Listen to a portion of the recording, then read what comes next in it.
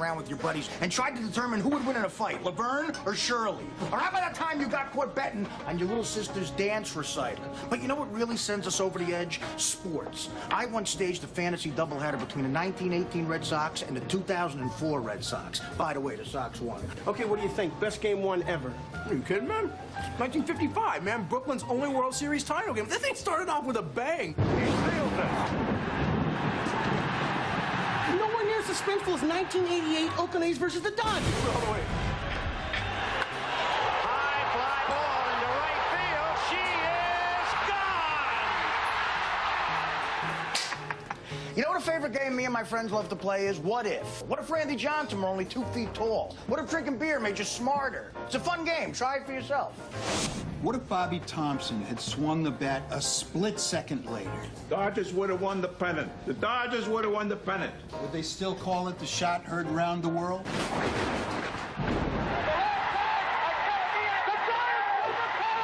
as long as we're talking what ifs, let's cut to the chase. Bill Buckner, 86. It is a fair ball. It's by Buckner. Rounding third. What if he would have fielded the ball? Would that have ended the curse of the Bambino? And what if they hadn't invented baseball? What would our national pastime be? That's easy.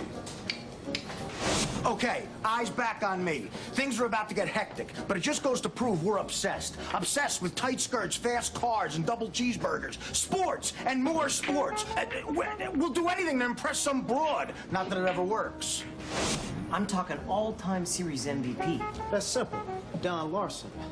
See, he pitched a perfect game for the Yankees in 1957. Here comes the pitch. Strike three. A no-hitter. A perfect game for Don Larson. Yeah, but what about Reggie Jackson in '77? That's going to be gone. Reggie Jackson is in his third home run of the game. Home runs in the 4th, 5th, and 7th inning? That's what you call unbelievable. Actually, it was the 4th, 5th, and 8th innings. And Larson's perfect game was in 1956, not 57. One hell of a show. Steve Reich, this is baseball. This is the time of year when it's okay to get a little nutty. Hey, what are we waiting for? This is the World Series 2006. History is about to be made and we're living it. So as the man says, play ball!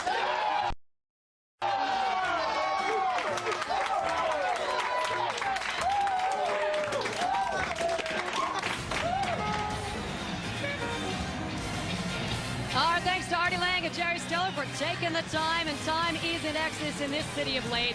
It has been 7 days since it celebrated an American League pennant with the Detroit Tigers, and in reality, baseball in this city is going on a couple decades rest. Nothing the St. Louis Cardinals can possibly relate to. This is their second World Series in 3 years. Of course, they only made their travel plans 48 hours ago. What a postseason. What a journey. Worth the travel to sports' grandest stage as we welcome you to Game 1 of the World Series. 51 degrees. I'm Jeannie Zelasco, joined again by Kevin Kennedy. Hi, Jeannie. And, of course, the Desert Boy, who's out here shaking. Come on, my man. It's not so bad.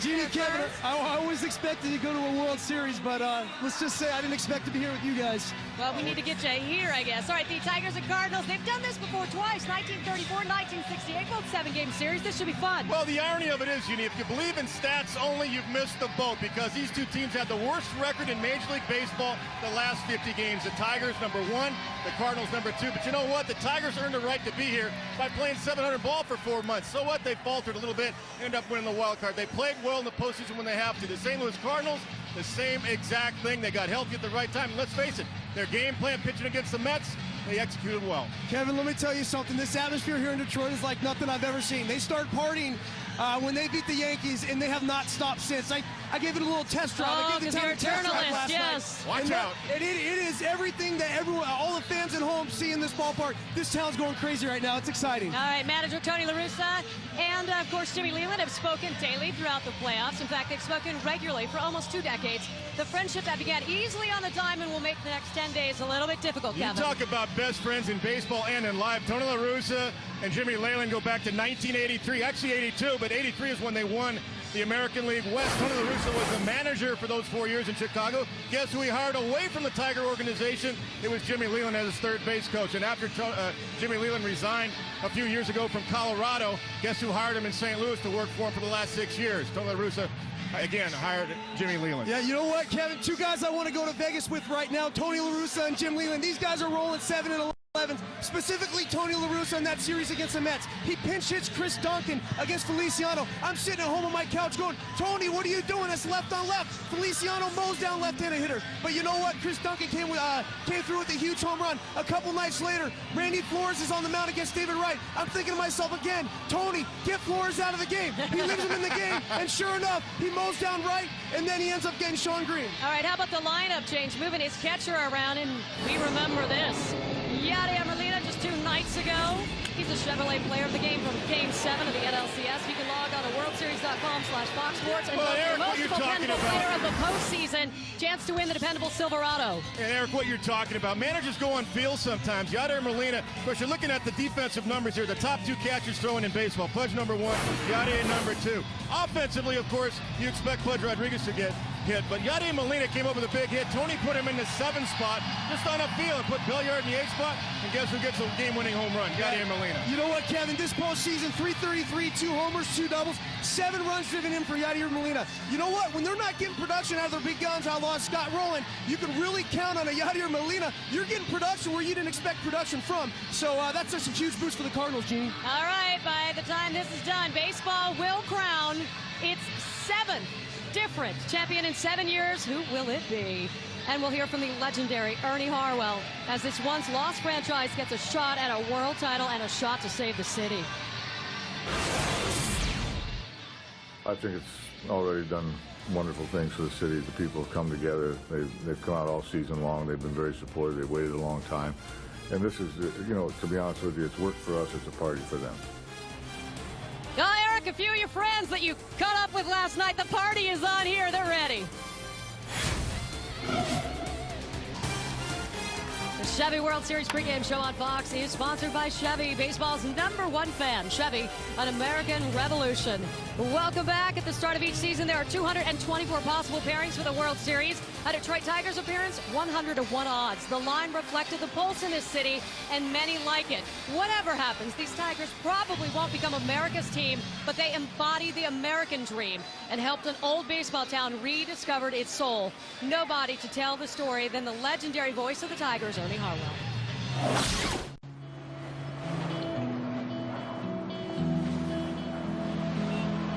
Hardships are seen every day in the faces of those who live here.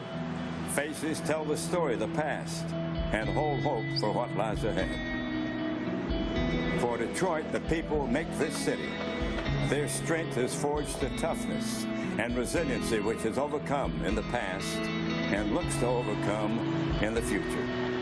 Nobody denies that times are hard, that jobs are scarce, and sometimes the future looks as bleak as the city's frigid winters.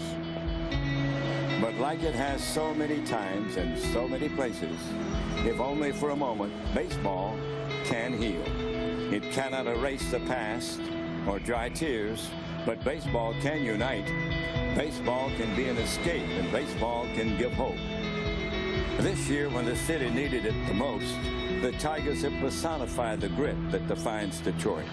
The 9 guys that took the field every day did so with the same drive and hunger regular people took every day to their jobs. And that's why the city is behind them. And that's why they see themselves in the players. That's why they have hope. Now standing with the World Series in front of them, will winning it all fix the problems and change the city? Probably not. There's a lot of work to do, but it will, as it always does, bring joy to these faces and give hope that if their team can overcome insurmountable odds, maybe their city can too.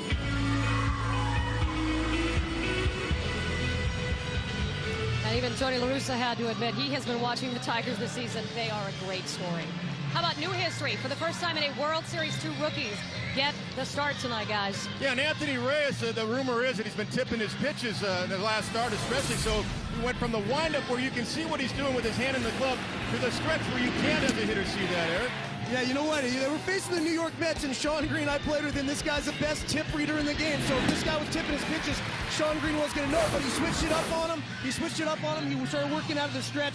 And you know what? He's been working all week with Duncan, the pitching coach. He's been working all week with them, and I think this is a problem that I'm sure he fixed because they're not going to run him out if not. And for the Tigers, not really a surprise to me, and the reason is with Justin Verlander starting tonight, because he throws 98 miles an hour. It's pushing around 48 to 50 degrees right now.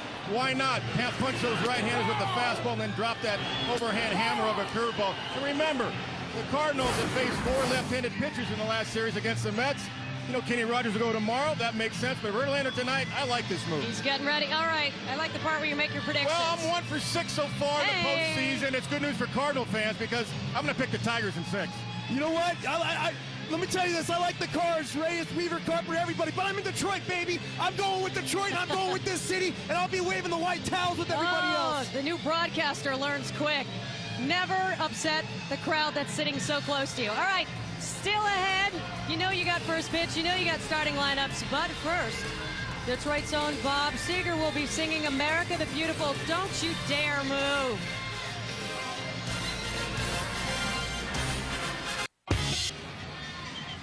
Welcome back. Tonight's starting lineups coming shortly. But first, here's Tigers Public Address announcer Bob Vergils.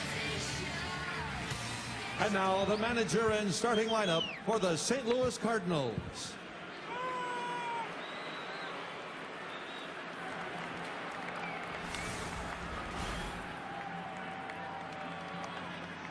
The manager, Tony La Russa.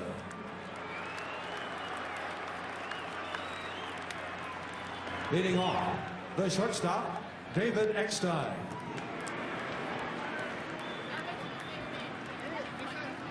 Batting second, the designated hitter, Chris Duncan.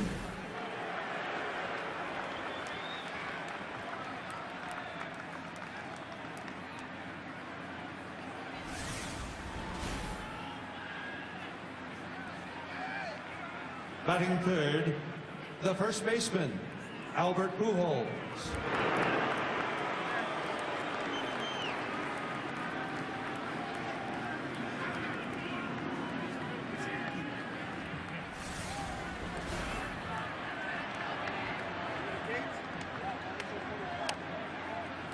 Batting fourth, the center fielder, Jim Edmonds.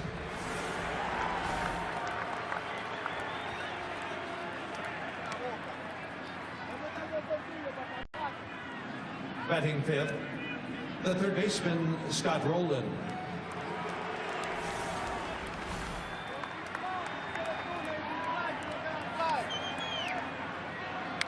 Batting sixth, the right fielder, Juan Encarnacion.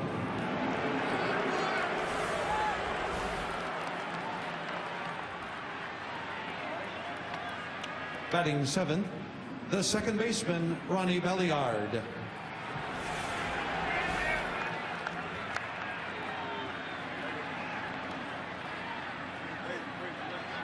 Batting eighth, the catcher, Yadier Molina.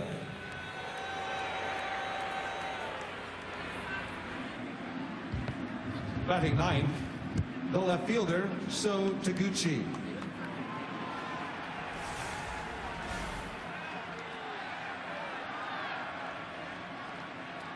And pitching, warming up in the bullpen, Anthony Reyes.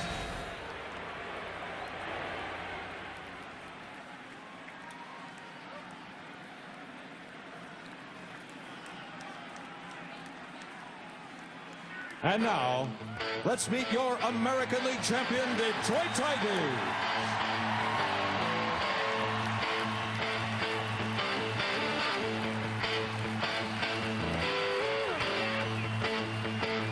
First, the manager, Jim Leland.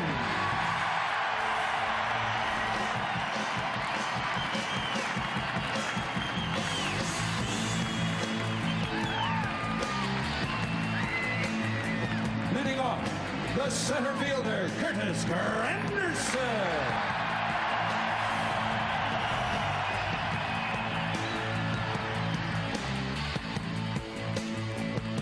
Batting second, the left fielder, Craig Monroe.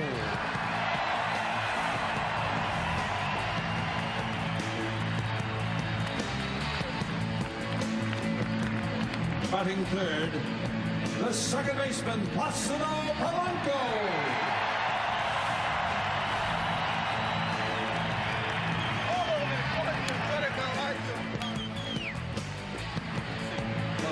Batting fourth, the right fielder, Maglio Ordonez.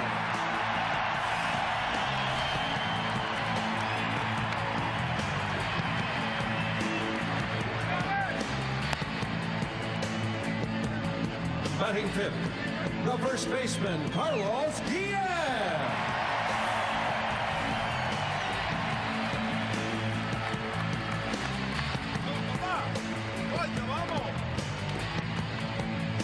Batting sixth, the catcher, Pudge Rodriguez.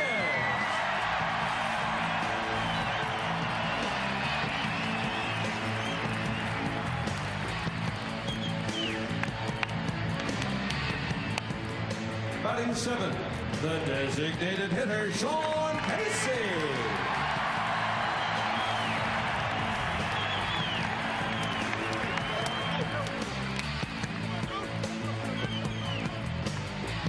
Batting eighth, the third baseman, Brendan Innes.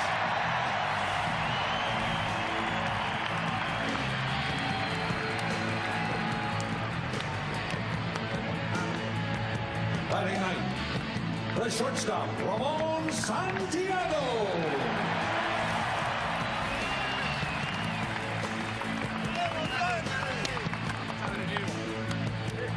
And pitching, warming up in the bullpen, Justin Verlander.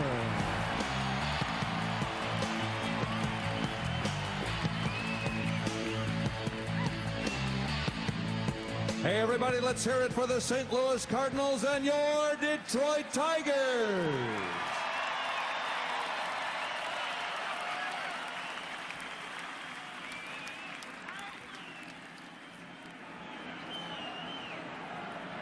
Please stand now and remove your caps. Here tonight to honor our country by performing America the Beautiful is one of Michigan's own, multi-platinum Capitol recording artist and rock and roll Hall of Famer, Bob Seger.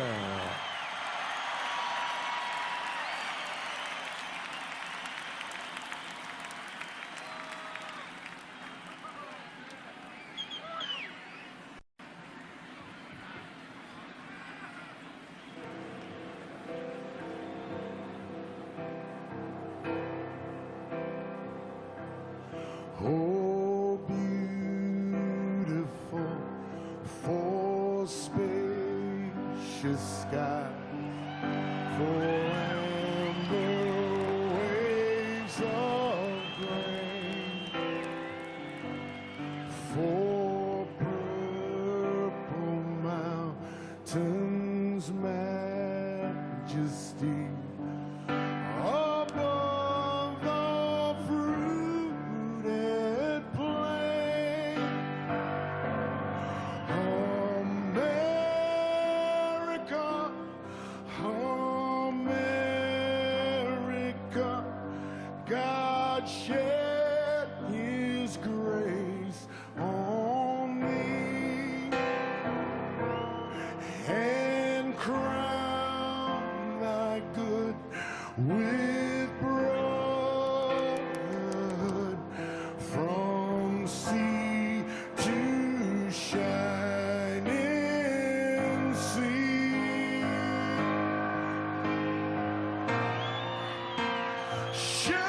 Shining sea.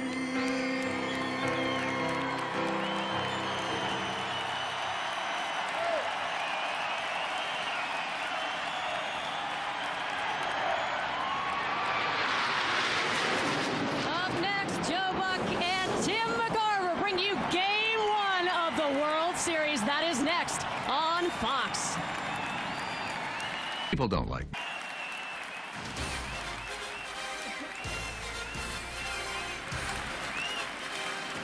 They are ready here in Motown, ready for World Series game number 1 here in 2006. Representing the National League, the St. Louis Cardinals, and representing the AL, the Detroit Tigers. And now welcome to our broadcast booth, everybody. I'm Joe Buck. Tim McCarver is coming up in just a second. Let's talk about these two teams. First, you've got Detroit. They were the Cinderella feel-good story all year. They're just 3 years removed from a record-setting 119-loss season. But Jim Leyland has this team rolling. They're the wild card, but they've won 7 straight now in the postseason. On the other side, the Cardinals had a solid year, almost blew a 7-game lead down the stretch. But right now, that all seems like a distant memory. Tony La Russa's team surviving the Padres, surviving the Mets, and now here they are in the World Series, and now here comes Tim McCarver. And Tim, I think if we talk about Detroit first, the first thing you have to look at for the Tigers is their outstanding starting pitching and their big four so far this postseason. Well, the best pitching in baseball, and their Mount Rushmore, their 4 starters, are really something to behold. And I think one of the reasons that they are so good, they show you so many different looks. Justin Verlander with the power.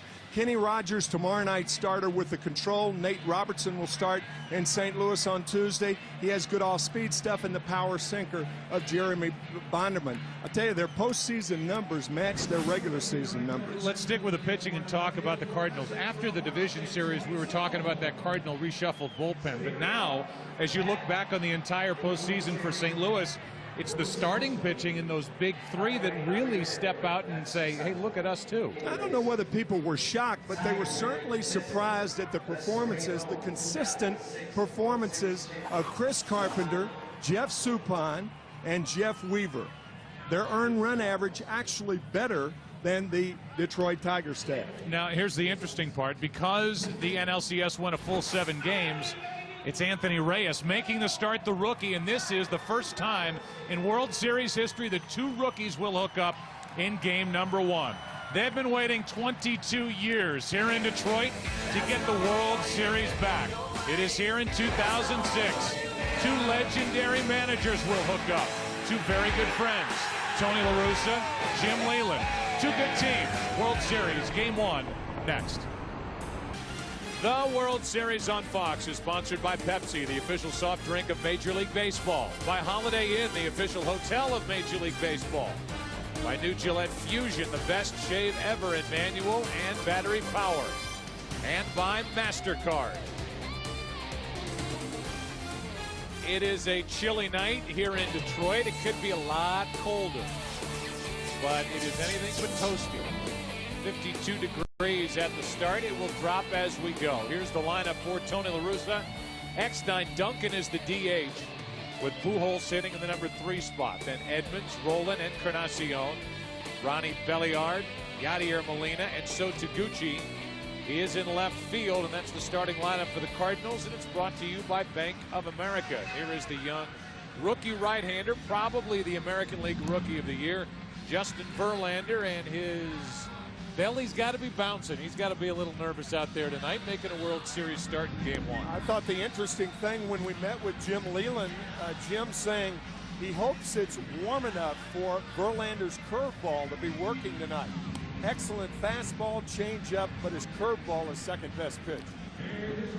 Take a look at how the Tigers cover the field.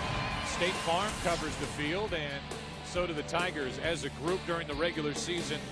9th in the AL in fielding percentage, 106 errors. They've made only 2 during the postseason. And Ivan Rodriguez, the 11-time Gold Glove Award winner, anchors this team and is probably their leader behind the plate.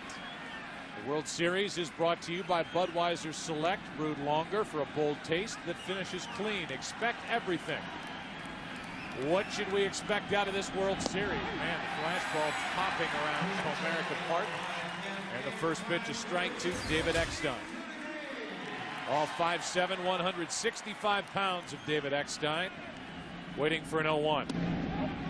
1 ball, 1 strike. Eckstein, Duncan, Pujols, if anybody gets on, Edmonds here in the first inning. Time called at the plate. David Eckstein so far this postseason, 8 out of 41. Tony La Russa has called him fearless, and to flop his body around night after night at the big league level, year after year, and do what he does, leaning into pitches and getting into collisions out at second base, turning double plays and laying out to catch ground balls. His body takes a beating, but he answers the bell every day for La Russa.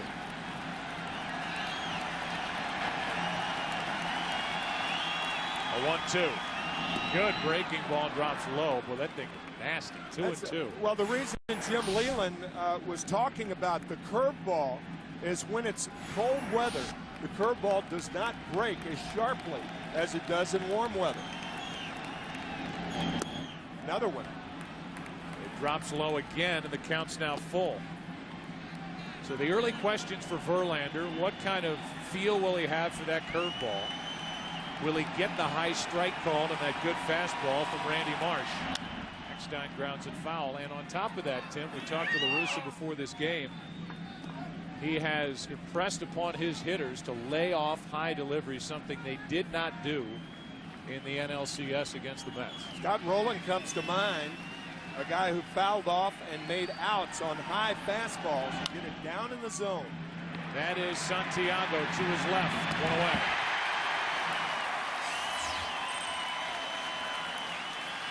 Let's get tonight's MasterCard keys to the game. Well, if you told the St. Louis Cardinals, I mean, obviously they want to win 2 games, but if they go back to St. Louis with 1 win, they would be very happy. And for the Detroit Tigers is the week of rest, and they clinched last Saturday against the Oakland Athletics.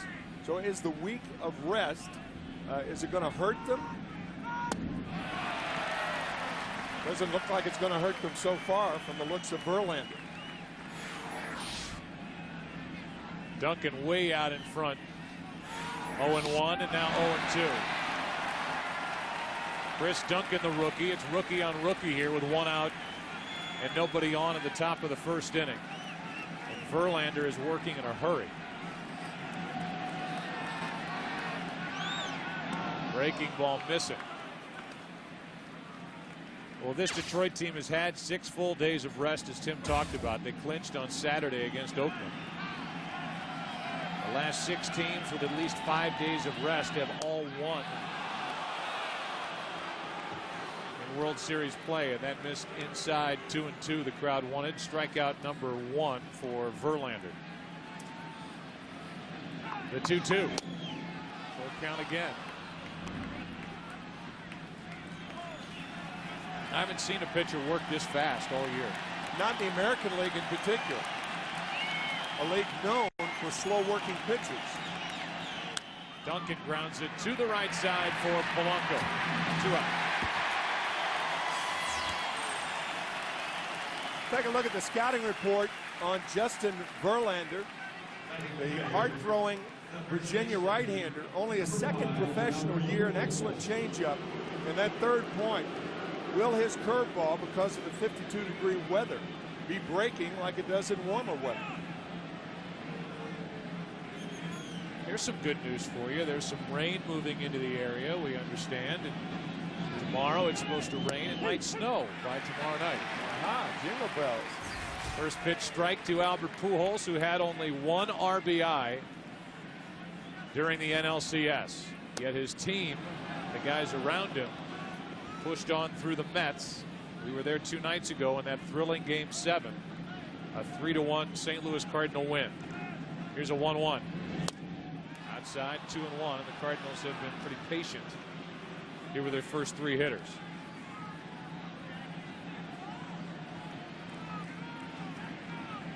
Two out, nobody on. Albert Pujols, the reigning MVP in the National League, takes a strike on the outside corner. Jim Leyland telling us that he has preached to his pitchers to pitch Albert Pujols every pitch like it was a no ball and 2-strike count.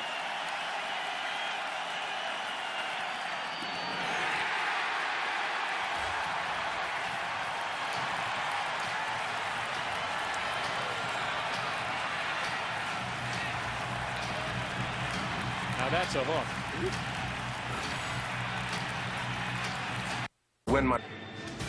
The World Series on Fox is sponsored by the personal advisors of Ameriprise Financial. By DirecTV, there's good TV, there's better TV, and then there's DirecTV. By eBay, whatever it is, you can get it on eBay. And by Warner Brothers New Motion Picture Blood Diamond in theaters this December. Take a look at the lineup for the Tigers. A little different look. They've got Granderson up in the leadoff spot. Then Monroe is hitting second. Had been down at the bottom of the lineup for Jim Leland. Polanco still hitting third. Ordonez is in right field. Guillen is at first. Ivan Rodriguez the catcher. DH is Sean Casey. Brandon Inge at third. And Ramon Santiago is the shortstop. And that Tiger lineup brought to you by Bank of America. And this rookie for the Cardinals is just a 5-game winner with a big ERA of over 5, getting the nod here in game 1. That is the fewest games that a pitcher has won to start a World Series in the history of the World Series. Granderson first up. He takes a strike from Reyes. Curtis struck out 174 times during the regular season. That was the most in the American League. But it's been a different story in the postseason. He's in the hole here, 0-2. He struck out only 3 times against the pitching of New York and Oakland. And he walked 4 times. And he hit 3 home runs. And he has to patrol a huge center field here in this stadium. That's high, ball 1.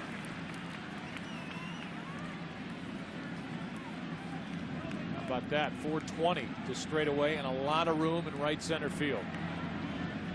1-2 pitch. Granderson chops it to Pujols. And there's one down in the bottom of the first. State Farm covers the field. A look at how the Cardinals cover the field defensively. In the outfield, it's So Taguchi making his first start of the postseason. Edmonds in center, and Encarnacion is in right. And then it's Rolen, Eckstein, Belliard, and Pujols. And this World Series will feature 2 of the best throwing catchers in the game, between Ivan Rodriguez and the younger Yadier Molina, who was the hitting star from Game 7 in the NLCS for the Cardinals 2 nights ago with a game-winning home run. First pitch strike to Craig Monroe, who hit 28 home runs during the regular season. Probably the best all-around athlete, the most tools in this Detroit lineup as he takes inside. 1-1. On deck is Polanco.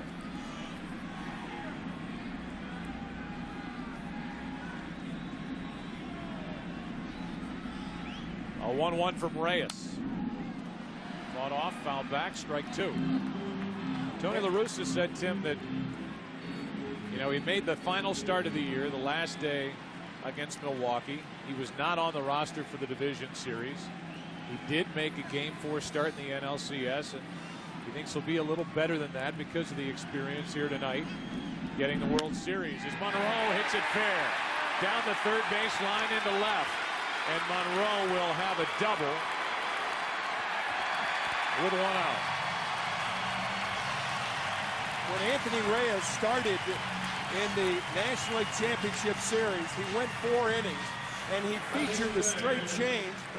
We thought too much. And he comes in with a straight change to Craig Monroe, just fair, inside the third baseline. That's an excellent pitch, but you can't go to that well too often in early innings because hitters their timing is a lot different. You haven't faced them. So the changeup got Granderson, but Monroe with the changeup doubles with 1 out. And now Polanco, runner at second, 1 away. A chance for Detroit to jump out in front. And a strike on the inside corner. Polanco, the former Cardinal, came up with St. Louis in '98, was there until 2002 when Walt Jocketty packaged him up, sent him on to Philadelphia in the Scott Rowland deal. He's the MVP of the ALCS. The 0-1. Little flare, shallow center field. Out is Belliard for the catch, 2 down.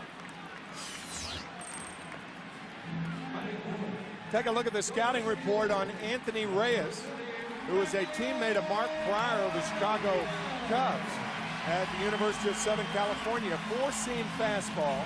That's the one that goes up. It's the faster of the fastballs. He's working on that 2-seamer and using his changeup more than he's ever used. The first word in that second point is a word that would describe Anthony Reyes, period. Developing. He is a young right-hander just getting his feet wet at the big league level, and here he is in game 1 of the World Series. Missing high to Maglio Ordonez.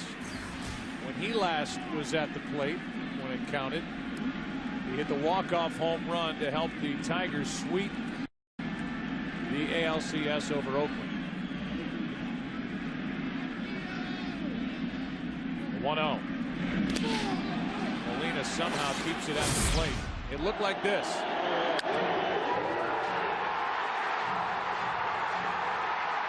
There were reports in the paper here that he used Carlos Guillen's bat when he hit that home run. I asked Maglio about that before the game. He said no, he did not, but he uses it often. I said, anybody else's bat? He said no, just his best friend, Carlos Guillen. Well, that particular bat he can't use anymore. It went off to Cooperstown. Runner at second, 2 out. A 2-0 pitch. Guillen on deck. Series-ending home runs in LCS history. He's on this list with Aaron Boone, Chris Chambliss, doing it against Kansas City back in 1976.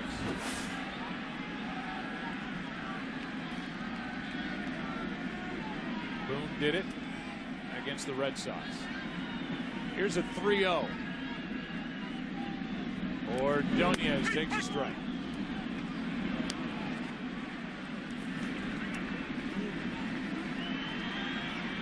Talked to Dave Duncan prior to tonight's game.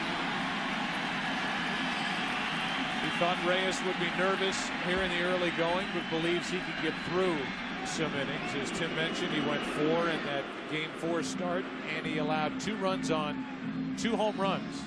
Just 3 hits, but he did walk 4. That was the issue. His control against the Mets. 12-5 win for New York. Guy in the middle there, Weaver, won game 5. And the former Tiger will start game 2 tomorrow night. Here comes a 3-1. Full count.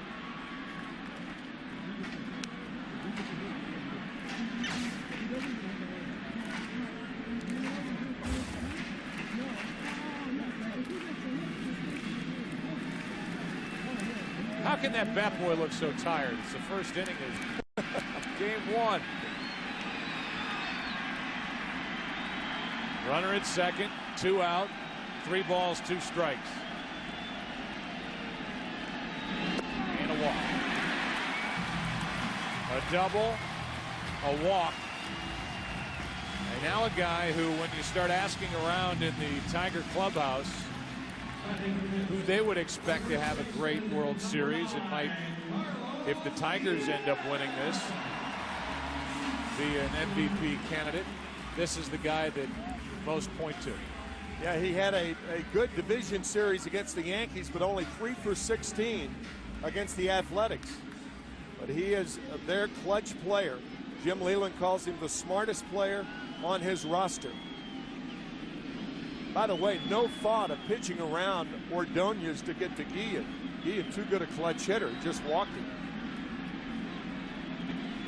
2 on with 2 out.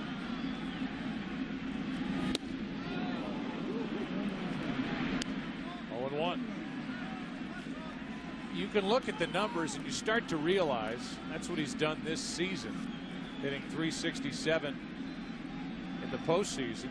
But here's a guy who came here in 04 and since has the highest average among big league shortstops. And you know the names that are on that list, like Jeter and Tejada, and right on down the list. Guillen has the best average of them all. Tonight, because of the injury to Sean Casey, he's playing first base. Down and in, 1 ball, 1 strike. Casey with a little tear in his left calf during the ALCS out in Oakland. He's DHing tonight. He says he feels great. And when this series goes to St. Louis, Casey will be in the lineup as the first baseman unless something unforeseen happens here in the first 2 games. Normally when a catcher goes out to the mound, he's out there to try to talk about a pitcher's confidence, or you try not to talk too much about mechanics. But when a shortstop joins that twosome, normally it's about changing a sign. And I doubt that, you know, Craig Monroe has been out there long enough to get any sign from Anthony Reyes. And the reason we bring that up is that Reyes, when he started, went from the windup to the stretch because he thought that the Mets were getting his signs. And here comes Molina again to talk to Anthony Reyes.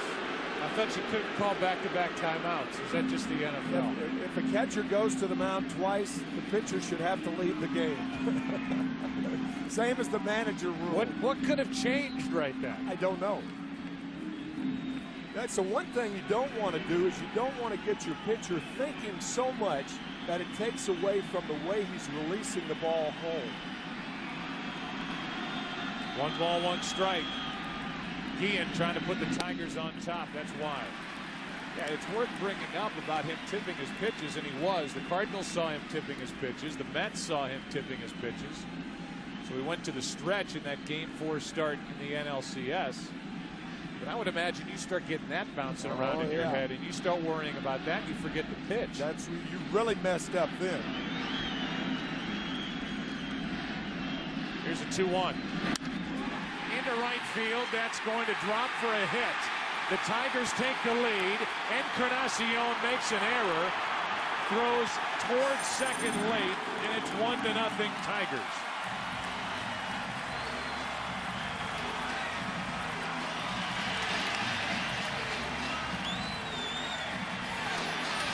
Craig Monroe scores a run after doubling off a changeup.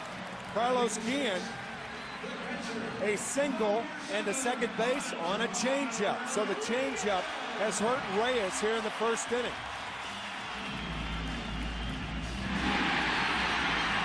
Good start for Detroit. A 1-out double, a 2-out walk. The hit by Guillen, the error out in right by Encarnacion. The RBI for Carlos Guillen. And now Ivan Rodriguez steps in.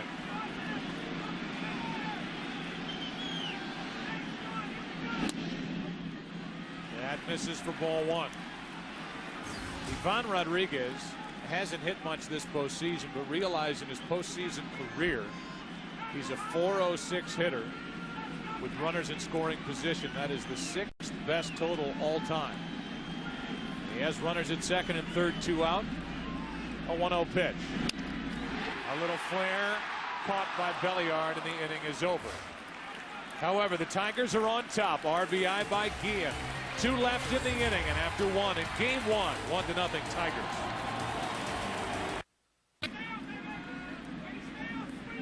Verlander had a quick first inning, and the Tigers are doing tonight what they've done this entire postseason. They've outscored the opponents first couple of innings 11-3, and they dominated their opposition during the regular season. Edmonds goes after the first pitch. Strike 1. The reason that graphic is so important is when you dominate the early innings, you give your pitchers a chance to relax, particularly a guy in only his second professional season like Verlander. Verlander was the 2nd overall pick in 04 from Old Dominion. 1 ball, 1 strike. Dave Duncan and Anthony Reyes, the pitching coach for the Cardinals, and tonight's starting pitcher, trying to get together on what just transpired in the bottom of the first. Last year, first year in pro ball, Verlander went from high A ball all the way up to the big league level. 17-game winner this season, 2 balls, 2 strikes on Edmonds. He has everything working in the early going. Good fastball, good curveball to get Pujols, and a good change. TV does not do Justin Verlander justice. No. You and I are looking at this guy live for the first time, and he really gets your attention. It's a relatively new phrase, electric stuff, that players have Filthy is another term. Electric stuff. He is all of the above. The 2-2 to Edmonds. Defensive swing. 17 wins by Verlander, the most by a Tiger rookie since Mark Fidrich. Won 19 games back in 1976. Mark the Bird Fidrich. What a character and a great guy, and was great for this city back in the middle 70s. Edmonds strikes out. Jim Edmonds saw everything. He saw the curveball, he saw the change, and he goes down on the high fastball out of the strike zone. That's the pitch that Tony La Russa is worried about tonight. That's the pitch he was worried about throughout the National League Championship Series. The high fastball from net pitchers, and now obviously the same thing from a more talented staff, perhaps the most talented staff in baseball. And nobody will be challenged more by fastballs up than this hitter, Scott Rowland. Where the first fastball missed, up. 6 hits, 32 at-bats during this postseason, no RBIs. And he hits one into left field, back at the track, at the wall. It's a 1-1 game. Scott Rowland gets his first home run in the postseason since 2004, when he went deep off Roger Clemens in Game 7 of the NLCS. High fastball, right above the belt, middle of the plate.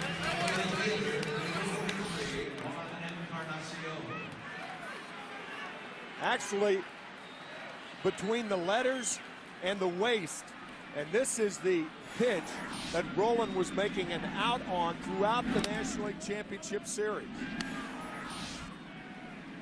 See how he brought the hands in and hammered the inside fastball that tied for the Cardinals. Encarnacion flies one into shallow right for Polanco. 2 out. If you're seeing the Cardinals for the first time, where have you been? The Cardinals during the regular season wrapped up their 3rd straight Central Division title. Tony La Russa and his team persevered through a 7-game NLCS to beat the Mets. Final pitch of the series, and it's the 2nd World Series appearance in 3 years for the Cardinals. Last time, not so good. 4-game sweep at the hands of the Red Sox. Belliard grounds out to short, but the Cardinals have tied it. A 1-out home run by Scott Rowland. That had to feel good for the Cardinal third baseman. 1-1 after 1.5. The Tigers just wrapped up their 10th pennant. Last time they were in the World Series, 1984, when they beat San Diego. Alan Trammell was the MVP that year for Detroit. He was the manager fired last fall, and now a lot of the groundwork that he laid has been built upon by Jim Leland, who has turned this organization upside down in a good way in his first year here in Detroit. Sean Casey putting together a great postseason, then went down in Game 1 with that calf injury. The 0-1 from Reyes. 0-2. A team that won 71 games last year, won 95 games this year.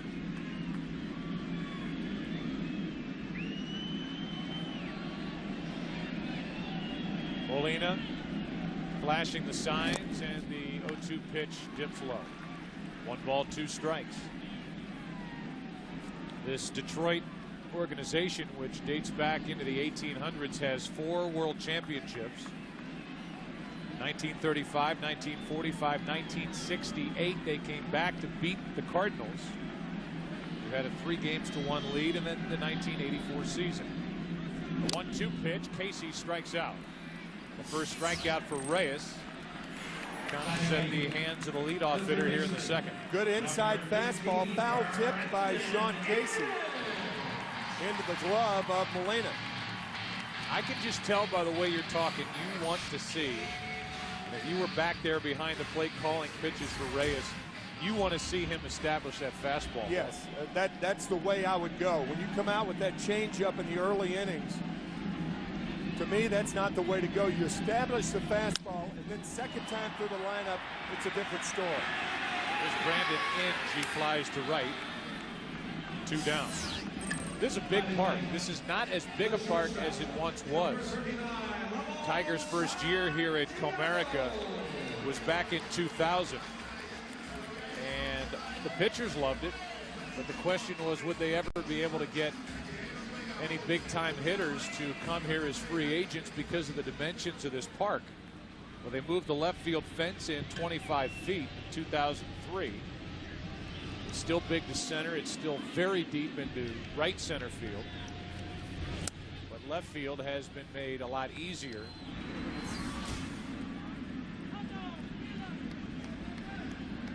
Because they moved the fence in, and there were 56 home runs hit between the semi-new fence and the old fence this season. Here's a little fly ball out behind second base. Eckstein waits for it, has it, and Ramon Santiago pops up. We go into the third inning. A look at downtown Detroit. Pleasant night so far weather-wise, and the score 1-1. Yadier Molina takes a strike underway in the third inning. Molina, So Taguchi, David Eckstein. For the Cardinals, they tied it in the top of the second on a home run by Scott Rowland, which is important for a number of different reasons, not the least of which is if the Cardinals can get anybody going behind Pujols, it will be a lot more difficult for the Tigers in this series to pitch carefully to the reigning NL MVP. Yeah, be it Jim Edmonds or Scott Rowland or both of them. Here's a 1-2. Molina out in front of it. Well, Yadier's feet are back on the ground, saying that his home run, his 2-run shot to beat the Mets in the top of the 9th inning on Thursday night at Shea Stadium, going around the bases, and he couldn't feel his feet touch the ground. A 1-2. Up and after it. Molina hit a changeup. He told our crew after the game that he was looking changeup. And we'll see if the Tigers come after Molina with more hard stuff. He hit only .216 during the regular season. Changeup. And it misses by plenty. 2 balls, 2 strikes. The other side of it is, while the Tigers are heavily favored in this series, and while they have pitched well to this point, they have had the layoff, and you have to still wonder what some of these young players will do. 18 of the 25 players on the roster for Jim Leland are in the postseason for the first time. Molina flares one into right, and that ball's going to fall for a hit in front of Maglio Ordonez, and the Cardinals put their leadoff man on for the first time tonight. After the changeup, Verlander tries to come back inside with the fastball, and Molina jammed, but dumps one in front of Maglio Ordonez. Yeah, the Cardinals have been underdogs against the San Diego Padres. They were more the underdog against the Mets, and they are most the underdog. Sounds like a conjugation. Most underdog against the Tigers. Here's So Taguchi. A big reason why the Cardinals are here. For his, in essence, game-winning home run that came in Game 2 at Shea Stadium off Billy Wagner. His postseason has been perfect. 4 for 4, 2 home runs, 4 RBIs. On the outside corner, 1 ball, 1 strike.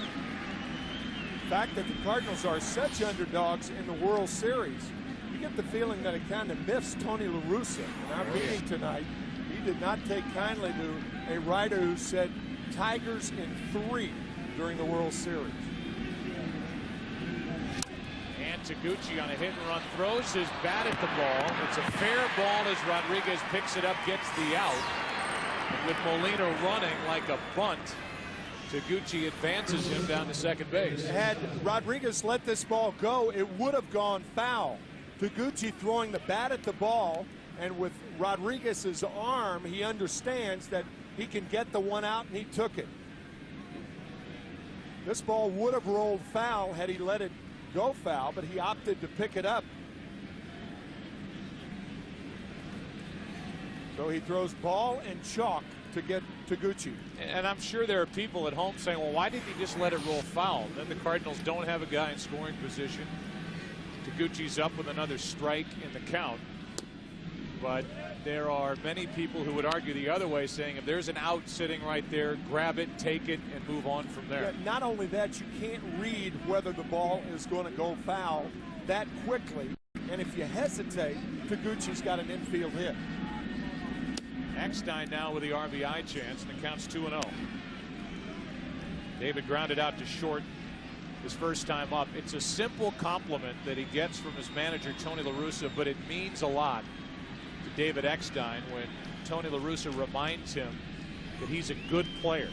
And I say that because all you hear about Eckstein is he's tough. I mean, that's all I talked about his first time up. He's tough, he's little, he's scrappy, he just gets by, but he's hard-nosed. La Russa said, yeah, he's all that, and don't forget he's a good player. He's a good hitter, and he's a good fielder. It's not just that he's kind of a novelty because he looks like he's 10 years old.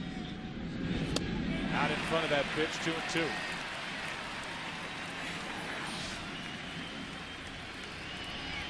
It's almost like a left-handed pitcher who's not a hard thrower that they call crafty.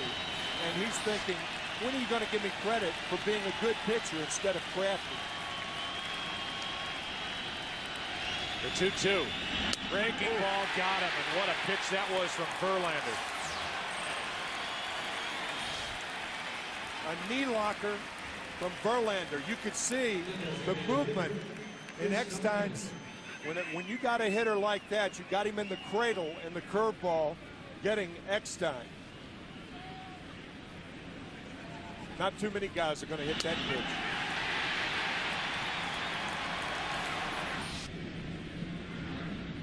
Now it's Duncan. Duncan, a very good fastball hitter. Grounded out to second his first time up.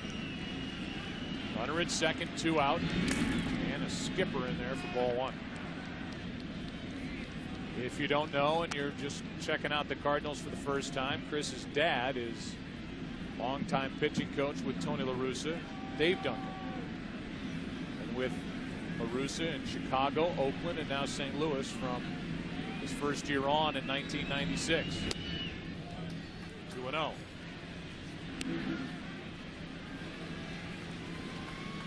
Proud father on the right, and now a visit from the first baseman, Guillen. And he's trying to settle Verlander down because of the situation. And that is a runner at second, 2 out, a 2-0 count, and Pujols on deck.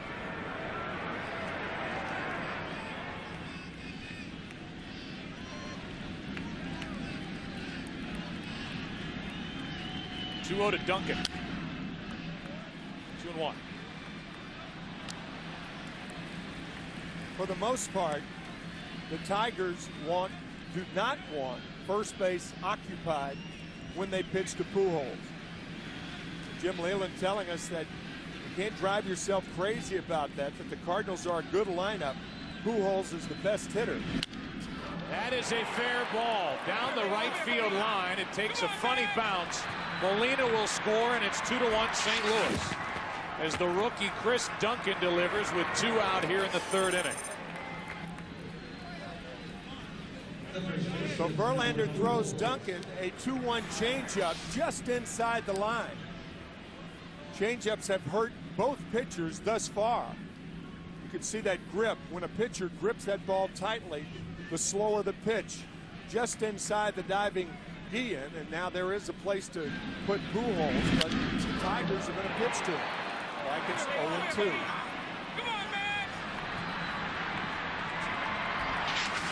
Pujols, runner at second, 2 out. And Albert Pujols hits one into deep right field. Back at the wall, it is gone. 2-run shot, Albert Pujols with first base open. The Tigers pitch to the MVP, and he makes Detroit pay. It's 4-1 St. Louis here in the 3rd inning.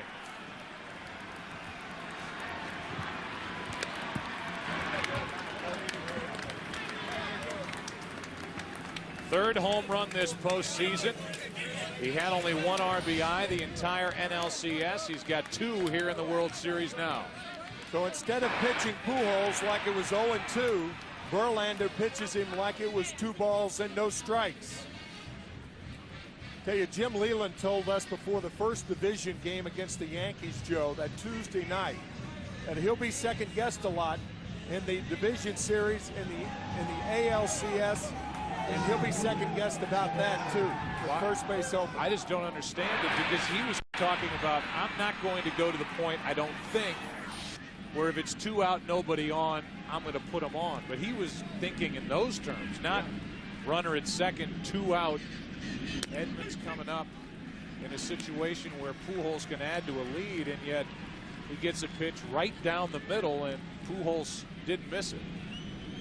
First pitch, a strike to Edmonds, and now trying to bunt his way on. He's in the hole 0-2. Now, that's a bad play right there. I mean, you're a cleanup hitter, and with 2 out and nobody on, you're trying to bunt your way on.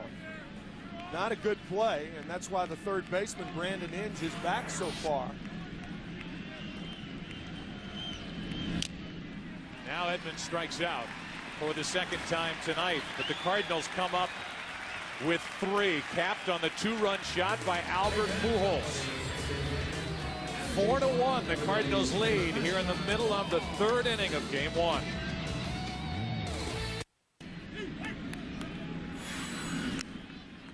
First pitch is a strike to Curtis Granderson, with Monroe to follow, and then Polanco here in the 3rd inning for the Tigers, and they're down 3. Granderson flies it in the air to left field, and back is Taguchi for out number 1.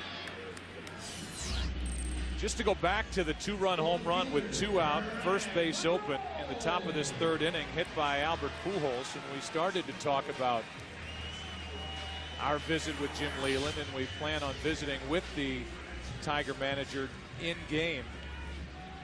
He said, we're going to pitch to Albert Pujols, at least going in, like the count is always 0-2, and try to make that perfect pitch. That's fouled back behind the plate and out of play off the bat of Craig Monroe. Because you obviously have to be careful, Tim, with Albert Pujols. He's the MVP for a reason. During the regular year, he hit 49 home runs. But that pitch is too good in that situation from Verlander, a 23-year-old rookie. Yeah, you can have meetings and tell 23-year-old rookies not to pitch to a hitter because he's too good a hitter, the best hitter in the game and one of the best in the history of the game.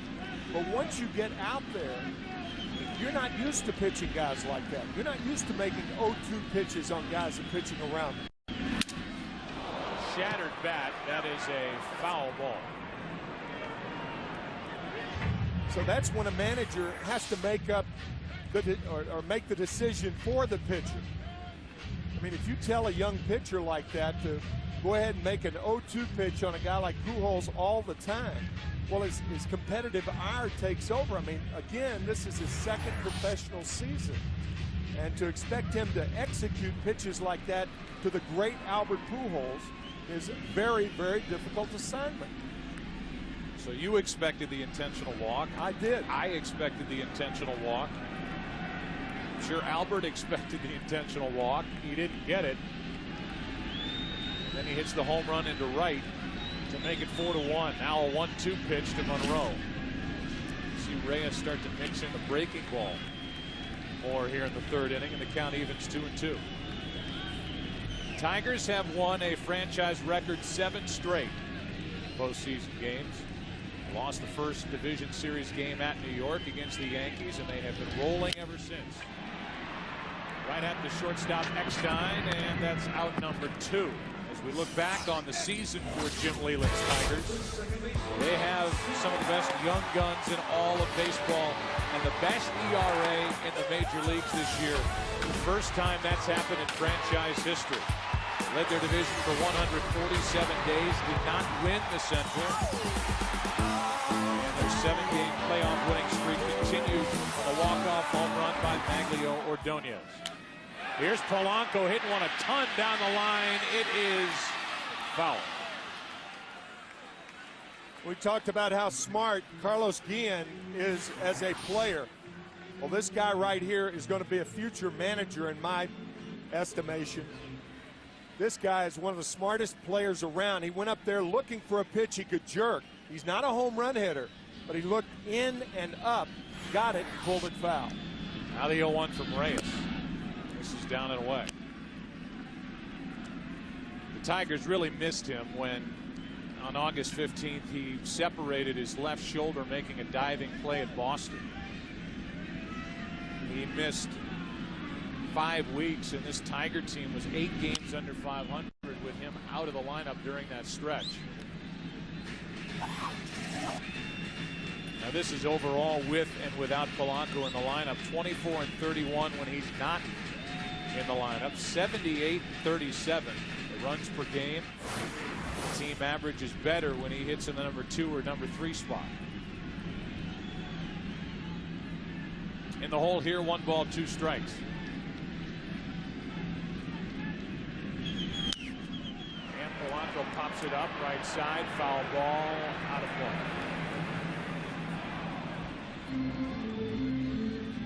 Polanco and Pujols are the very best of friends. Tony La Russa was impressed with Placido Polanco from the moment he came to the big league level. He's one of those guys that isn't flashy with his abilities, but he can hit. He's a very good fundamental player, and he can hit just about anywhere in this lineup for Jim Leyland. 1 ball, 2 strikes, 2 out, nobody on here in the 3rd inning. A breaking ball is pulled foul. Polanco, a player who has made every team on which he played a better team. Cardinals were better with him. The Phillies were better with him, and the Tigers are better with him. You might say, well, why did they trade him? Well, your needs change. Scott Rowland had a chance to pick him up, and the Phillies had a chance to get Ugi Urbina, a short reliever, and that's why they traded him. Your needs change. Polanco lines one to Belliard, and we go into the 4th inning of game number 1. The Cardinals out in front of the Tigers, 4-1. The World Series on Fox is sponsored by the Dow Chemical Company, finding the bond between chemistry and humanity. By Taco Bell, official fan of Major League Baseball. And by Chevy, baseball's #1 fan, Chevy, an American Revolution. It's the 4th inning. It's Scott Rowland who homered his first time up. 2 home runs in this game, 1 by Pujols, 1 by Rowland. Rowland already 1 for 1 with a home run in this World Series. When the Cardinals played Boston in 04, Rowland was 0 for 15.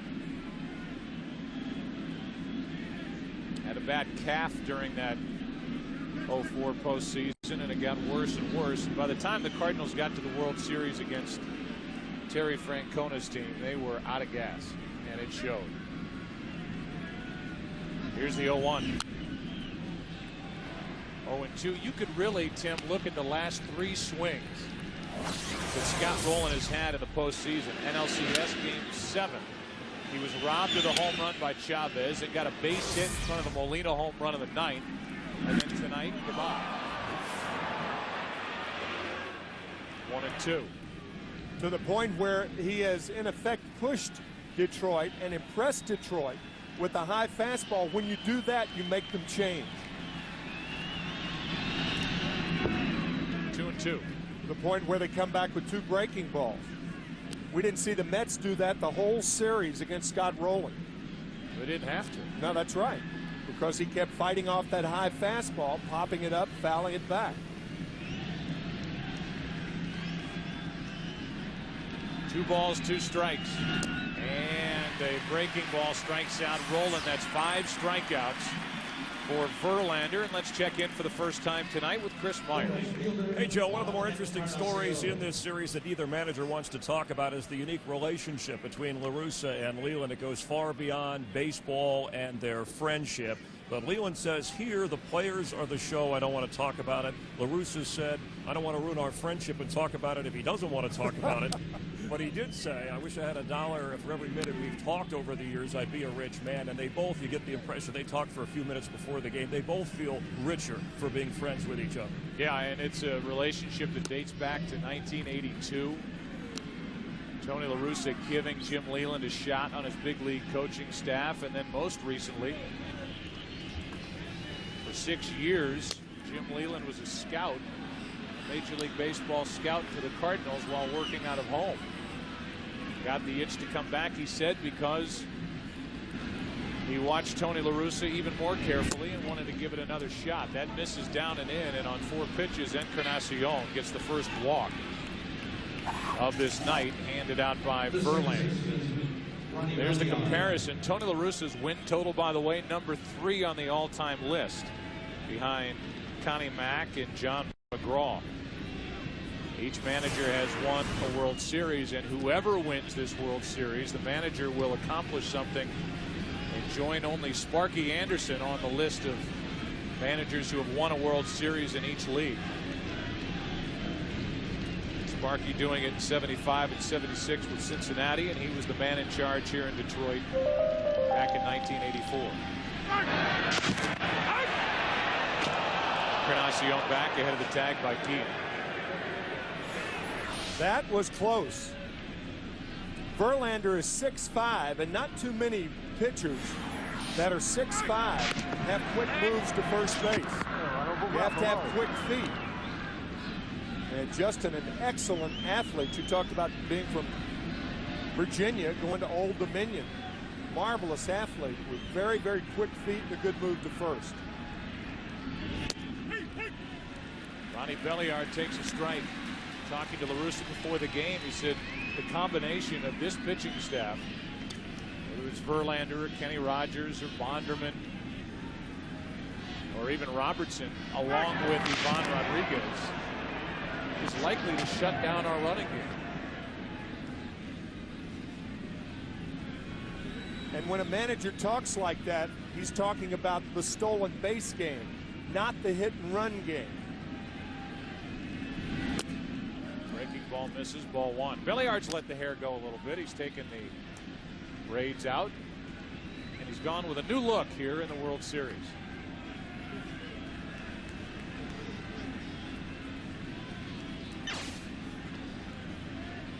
Molina on deck. Verlander is doing everything he can to let Encarnacion, who stole a whopping 6 bases during the regular season, know that he is paying attention to him. And there's some hair for you. Belliard on your left, and then Maglio Ordonez on your right. Kind of a welcome back Cotter look by Maglio. Belliard swung at that pitch like it was a hit and run. Well, it did. He did, because he looked at Encarnacion after he swung at the ball. Watch him look this way toward Encarnacion, saying, weren't you supposed to be going then?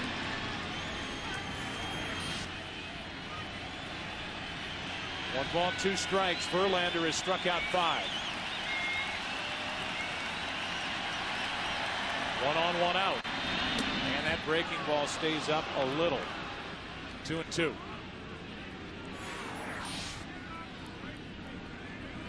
Got under that one.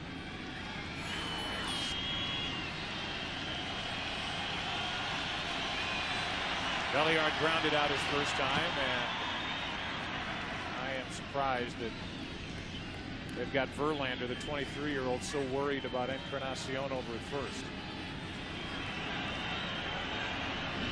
Breaking ball is tipped foul. All that stuff is called by the bench, whether it's the Tigers or the Cardinals. That's not Verlander stepping off or holding the ball longer than usual on his own. That's called by Rodriguez, his catcher, after checking with the dugout.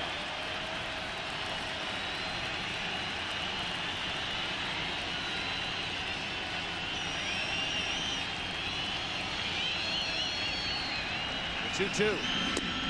2 out. Strikeout number 6.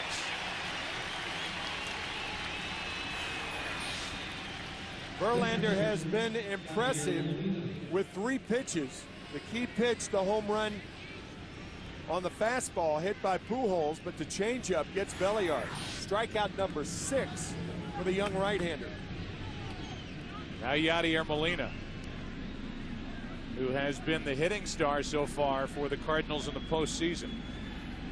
2 homers, 7 RBIs, singled and scored back in the 3rd inning.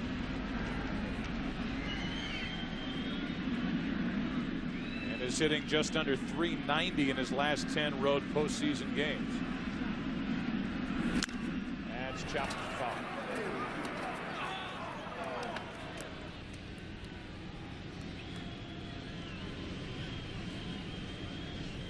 Whichever team wins between the Cardinals and the Tigers means that we will crown, for the 7th straight year, Major League Baseball, a different champion.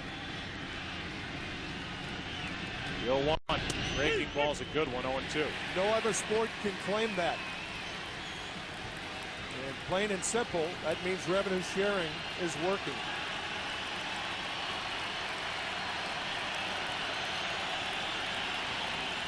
At least helping. Yeah. Spread the wealth. 0-2 pitch. 7 strikeouts for Verlander, and the rookie struck out the side. Bottom of the 4th inning, 4-1 St. Louis. Only one series has.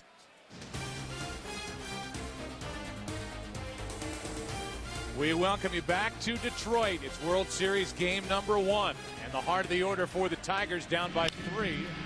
Ordonez goes after the first pitch, flies it into center for Jim Edmonds. 1 pitch, 1 out.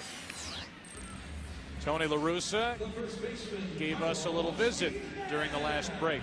Manager of the Cardinals.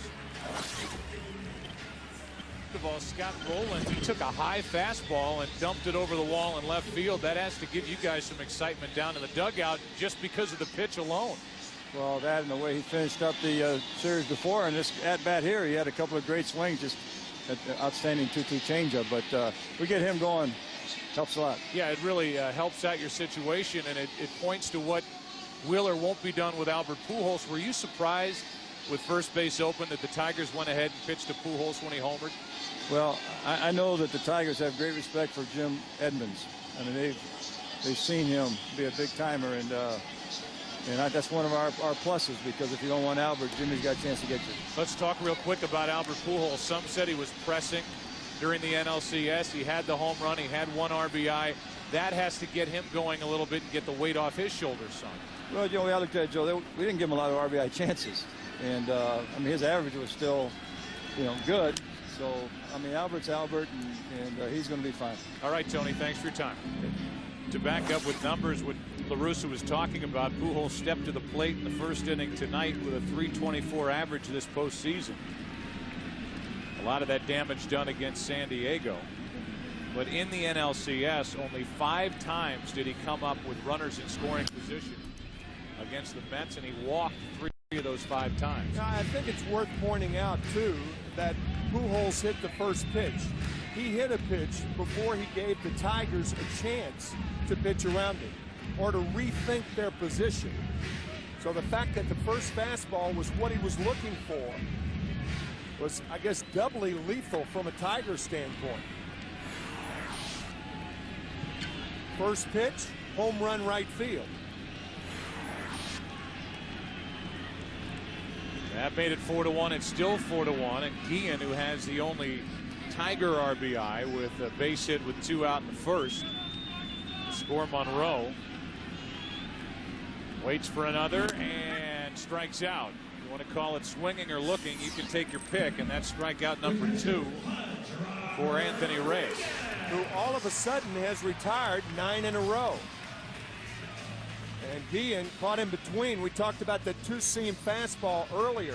That's what that was.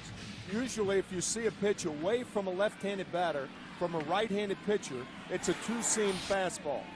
Ball going away, and Guillen caught looking.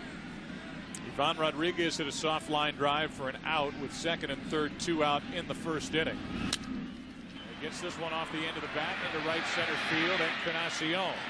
And all of a sudden you look at the numbers, and Reyes has outpitched Verlander. 4-1 Cardinals after 4. Back after this from your local Fox station.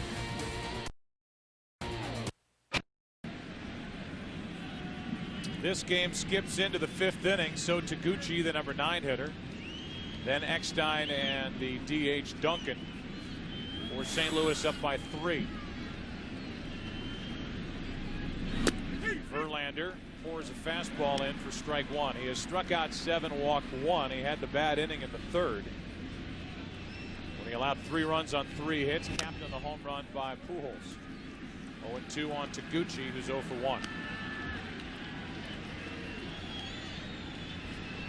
First time Taguchi's been retired this postseason, now 4 out of 5. When he hit a tapper and was thrown out by Rodriguez his first time, now he is 0 for 2. Our game summary is brought to you by Verizon Wireless. Scott Rowland tied the game at 1 with a home run back in the 2nd. And then the Cardinals went to work, and there's the Pujols home run the opposite way.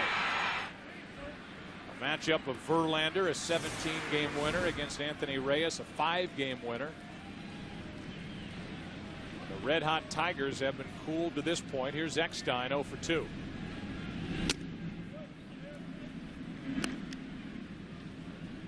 David has grounded out, struck out, and is now just 8 for 43 this postseason.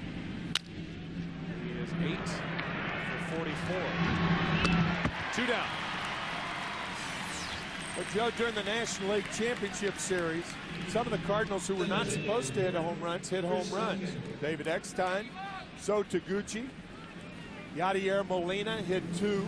Even Jeff Suppan ran into 1. But tonight, the Cardinals who were supposed to hit home runs have hit them. Rowland and Pujols. Ball 1 to Duncan. Duncan had a pinch hit home run in Game 5 in St. Louis against the Mets. Out in front of that pitch, 1 ball, 1 strike.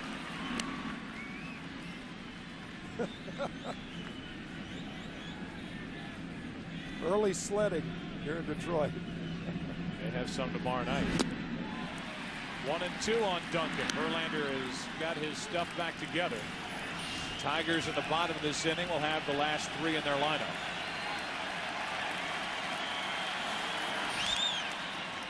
Two and 2.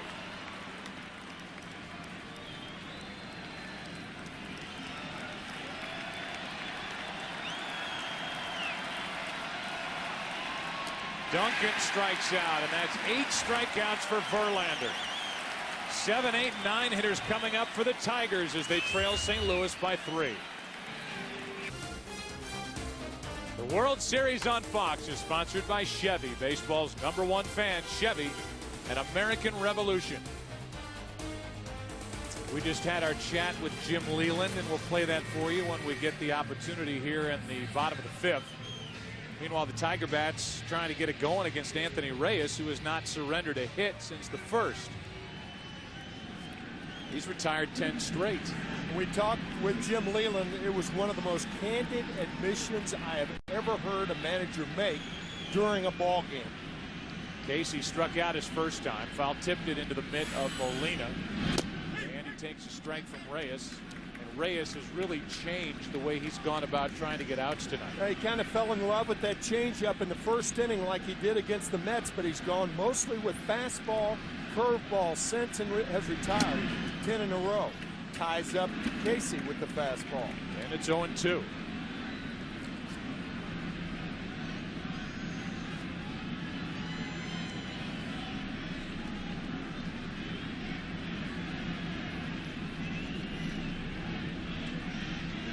Casey leading off the 5th, rips it down the right field line, foul.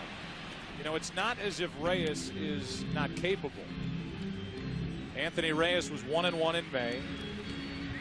He got recalled, and in his first start back in June, after being shipped out, he went 8 innings, allowed 1 run on 1 hit at the Chicago White Sox. A Jim Thome home run, and was a 1-0 loser in the complete game.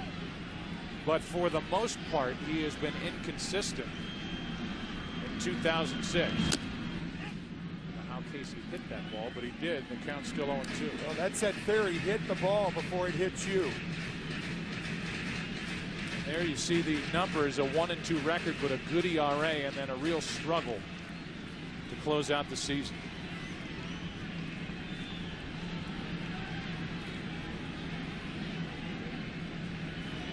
The 0-2 pitch.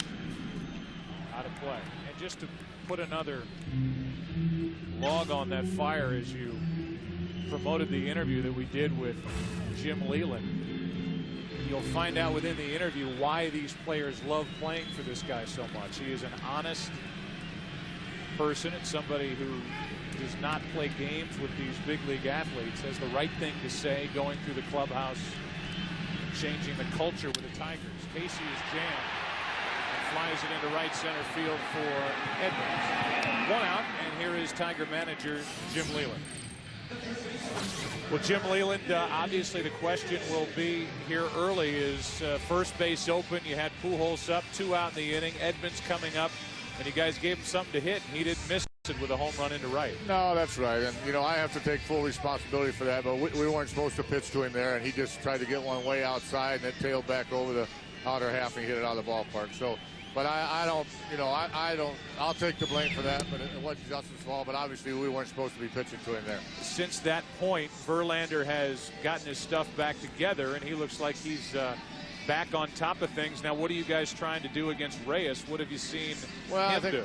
They've done a good job of kind of starting away and then getting guys out late with the ball inside. And they've jammed Polanco a couple times. They jammed Pudge once. So, you know, they have a pretty good plan, and he's been executing pretty good so far. I want to go back real quick, and then we'll let you go. There aren't a lot of guys who would admit and take full responsibility for that pitch that Verlander threw. Is there some thinking there, because some of these guys are young, that you want to make that good 0-2 type pitch, but in certain situations you need to make the decision for them?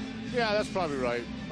You know, we talked about that earlier. We talked about in situations that really hurt us, we weren't going to give him anything at all. And that's why I say I'll take full responsibility. You know, got him out his first time up. We felt that Albert was a little anxious coming in, and we thought if we threw some pitches off the plate, we might be able to get him out, but obviously it didn't work. Jim, good luck, and thanks for your time. Thank you. Jim Leland, the Tiger manager. Meanwhile, the count's gone to 2-2 now on Inge, and he gets a piece of it. 1 out, nobody on. Santiago, the number 9 hitter, on deck.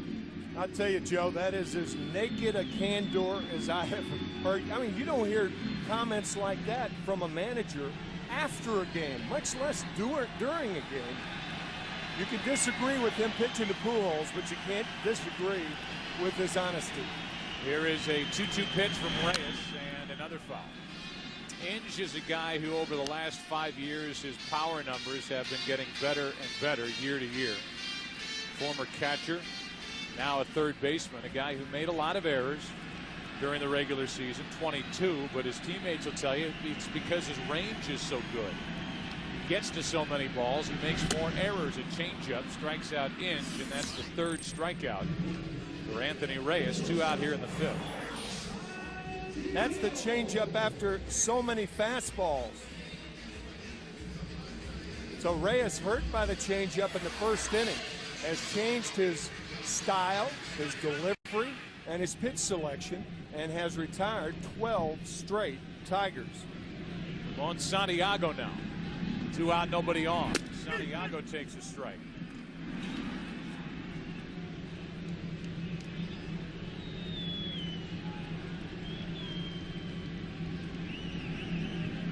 The base is empty. Santiago, who hit .225 in 80 at-bats during the regular season and who is getting the start tonight at short.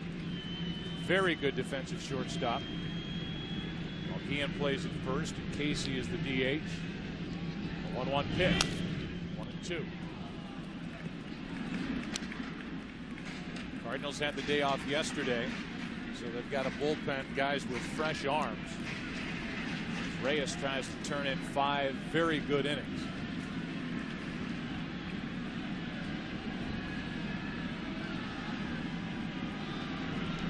Young pitcher who irons the bill of his cap, delivers the pitch, and that's a foul ball down the left field line by Santiago.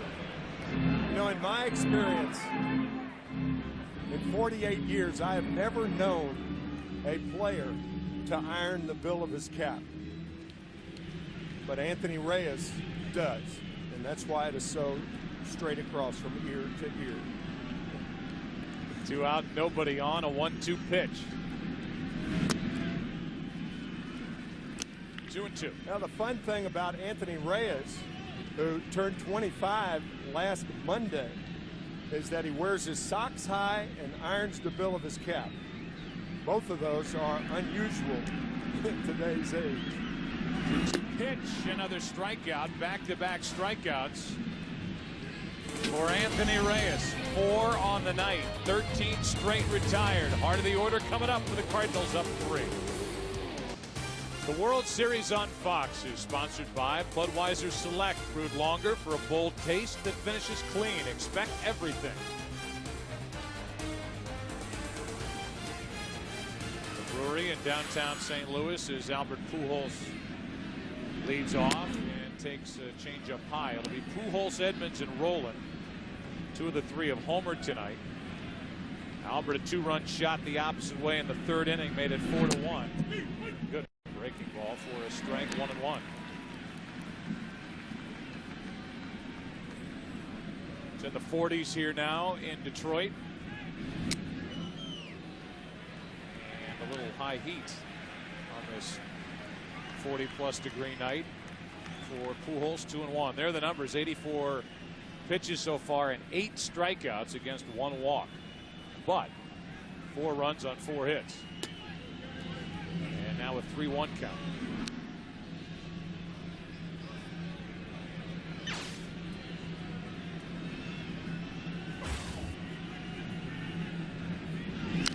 Off the end of the bat. Jim Leland had started each of the first 2 series, both the Yankee series and then the A's series, with Robertson on the mound.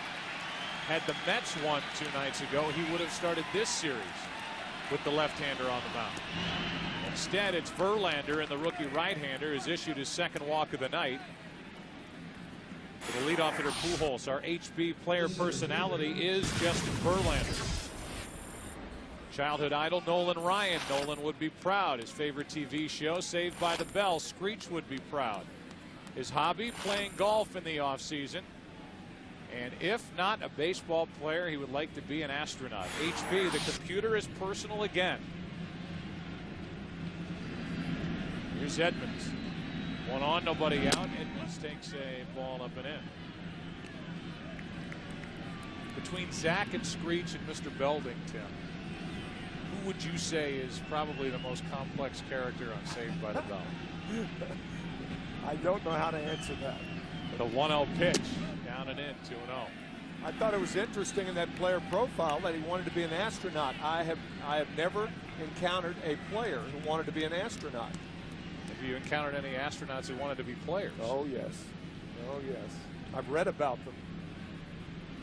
2-0 now is the count, as both Guillen and Rodriguez go out to talk to Verlander. A walk and now a 2-0 count.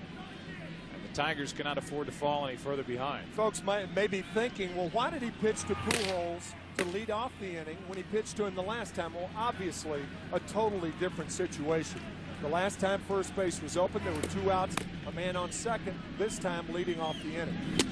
Edmonds tried to hold up. He did, according to Mike Winters, and it's 3-0. Looked like the Cardinals got a break there. Did Edmonds go too far?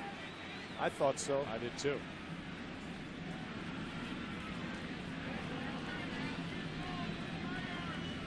But it's called ball 3, and the count's 3-0. You saw Grilly and Walker getting loose for the Tigers in their bullpen.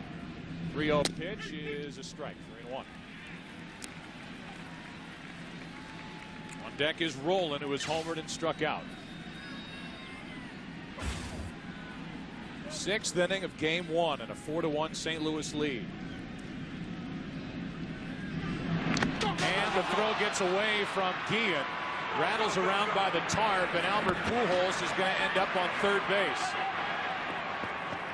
So now Verlander compounds his problems by throwing wildly over to first. It'll be an error, and the Cardinals have a runner at third with nobody out. Yeah, that is a fruitless throw to second base and very careless. There's no way Albert Pujols is going anywhere. Number one, he's got a bad hamstring. It looks improved in going to third base and standing up, but he's going nowhere unless it's to be protected by a hitter, and I doubt that Tony La Russa would send him because Edmonds swings through too many pitches. A little grimace by Pujols. Tim mentioned the bad hamstring, and he turned it on to get to third there. 3-1 now. is the count on the Cardinal center fielder, trying to make it a 4-run lead. Full count. The hamstring is bad enough, according to Tony La Russa, that in certain cases he might think about a pinch runner. That hasn't happened so far in the postseason.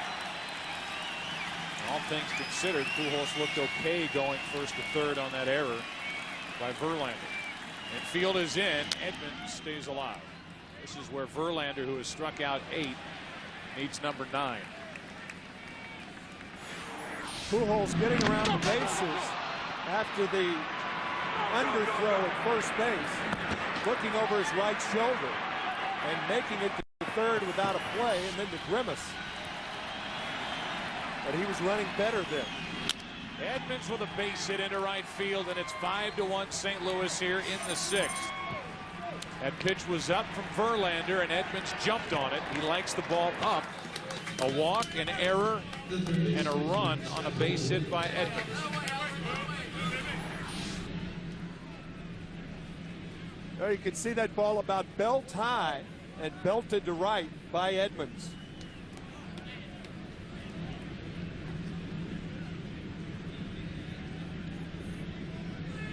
Edmonds has driven in 7 now this postseason. He had struck out in his 2 previous at-bats. Cardinals have their biggest lead, 5-1. Roland goes hacking at the first pitch and fouls it, strike 1.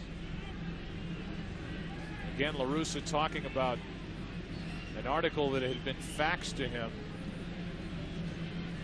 by a friend, a USA Today article that had the Tigers being picked to win this World Series in 3 games. Roland hits it in the air to right, tailing away from Ordonez. That ball is a fair ball, and it is a double as it bounces out of play. Edmonds will have to hold at third, and the Cardinals have a chance to blow this thing wide open. And that's going to be all for Justin Verlander. That ball up again.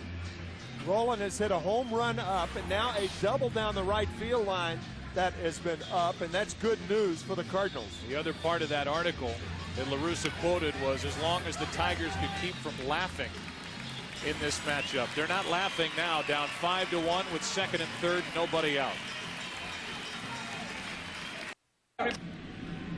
First pitch to Encarnacion from Jason Grilli, misses down and away, ball 1. Second and third, nobody out. St. Louis up 5-1 here in the 6th inning. And there are the numbers for the regular season from Jason Grilli. One of the long relievers for Jim Leyland.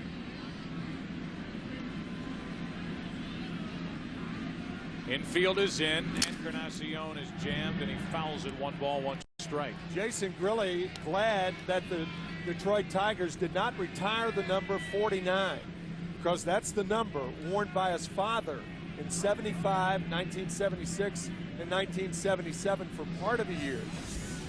So here Jason Grilli wearing number 49 some 30 years after his dad did. The old ballpark, Tiger Stadium, which is still standing, but not housing the Tigers, of course. It will be raised next summer.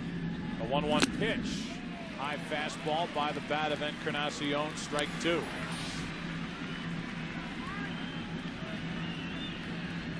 Good fastball out of the strike zone from Grilli. Encarnacion has not had a good postseason. 8 of 37 with 5 strikeouts, 4 RBIs, no home runs. Moved down in the order to the number 6 spot by La Russa. Here's a 1-2 pitch. Remember, in Game 7 of the NLCS, La Russa moved Molina up 1 spot to the 7th position, and he hit the game-winning home run in the 9th inning. Molina's back in the number 8 spot tonight in Game 1 of the World Series, but Roland moved up to the number 5 spot. Roland has homered and doubled. The 2-2 pitch to the third baseman. Inge has it come up on him. Throw home wild. In to score is Edmonds, And they're going to say that Rolen was obstructed by Inge. I believe Rolen ran into Inge. The third base umpire was pointing, and Jim Leland's going to go get an explanation from Mike Winters. I'll tell you, it's unusual to send the runner with second and third going on contact with nobody out. Inge the ball off of Inge. Now he wanders in the third base area, and that's where Scott Rolen became involved. And home plate umpire called it immediately. Randy Marsh said Rolen is allowed home plate because Inge interfered with Scott rounding third. So Edmonds scores on the bad throw by Inge. And now Rolen runs into Inge. A very eventful play by Brandon Inge. Rodriguez made the tag, but Rolen awarded home plate. And remember, every time that Rolen hits the ground, as he does there, the interference by the third baseman Inge, the Cardinals wonder about that left shoulder. He went down hard, popped right back up, was awarded home plate. It's a 7-1 game. Still nobody out. And Encarnacion, who hit that chopper to third, is at second. With one out, you always send the runner. And Tony La Russa taking a chance with nobody out. Rolen runs into Inge. But actually, Rolen hitting Inge with his shoulder and then the ground with his shoulder, and Pujols calling the interference. An accurate call by the home plate umpire, Randy Marsh. Now Belliard chops it back to Grilly. Encarnacion holds it second, one out. Third base umpire Mike Winters also was on top of it, pointing at the play the entire way after the interference, and when Rolen went down and popped back up, he was awarding the Cardinals the 7th run of the night. Here it is one more time. It's a bad hop to Inge coming up right there. He still comes home, throws it toward the first base side, and in the background you could see Rolen running into Inge. Interference is called, and the Cardinals score another one. Now Yadier Molina with Encarnacion at second and one out. Molina takes a strike.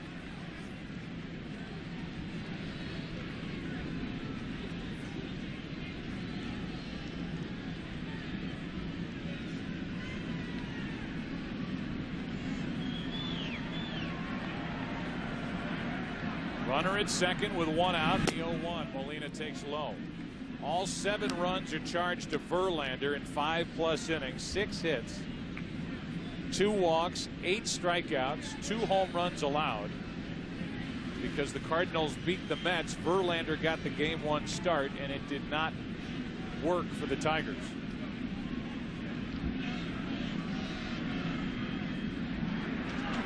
Back to second, and Encarnacion, who started his career with the Tigers, back ahead of the tag by Polanco. Meanwhile, the other side, the guy who certainly wasn't the pitcher top billed in this matchup is Anthony Reyes, and what he's done through 5 innings. He's not allowed to hit since the first. Retired 13 straight. Now Grilly is bothered by Encarnacion out at second base. They must know something about Encarnacion that the Cardinals don't. Because when Encarnacion's been at first, Verlander threw over about 6 times. Now Grilly's thrown back to second. A 1-1.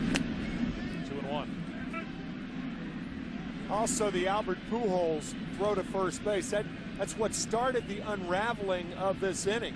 Really no need for Verlander to go to first. But Pujols going to third, and this has been an inning in which the Cardinals have run the bases very aggressively to add to their lead. 2 balls and a strike on Molina. Cardinals leading by 6 in the 6th. And Molina flies one into center for Granderson. Out number 2.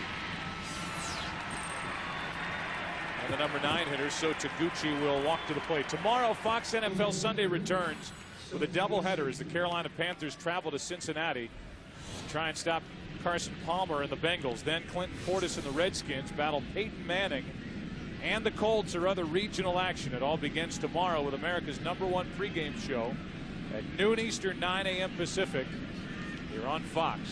5-0 Colts, and the Redskins need a win badly. They will have their hands full. Brunell remains the quarterback for the Redskins. With 2 out, Taguchi pops it up. Right in front of home plate for Ivan Rodriguez, and Pudge puts it away, but the Cardinals come up with 3. And all Verlander can do is sit and watch with his arms folded. The Cardinals come up with 3 in the 6th and lead it by 6 here in Detroit. It's a 7-1 St. Louis lead. Top of the order for the Tigers. Granderson, Monroe, Polanco. If anybody gets on, Maglio, Ordonez. And Anthony Reyes, who gave up the first run of the night, has been in shutdown mode ever since. He's retired 13 straight. And he and the Cardinals lead by 6. Fernando Rodney getting loose for the Tigers in their pen. 1-1 pitch. Granderson pops it up. Straight up on the infield, and Roland will try to find it and catch it. 1 out. The Chevy Silverado winning number is 44902-088. 44902-088. Get in the game at worldseries.com/Fox Sports for your chance to win the all-new 2007 Chevy Silverado tomorrow night.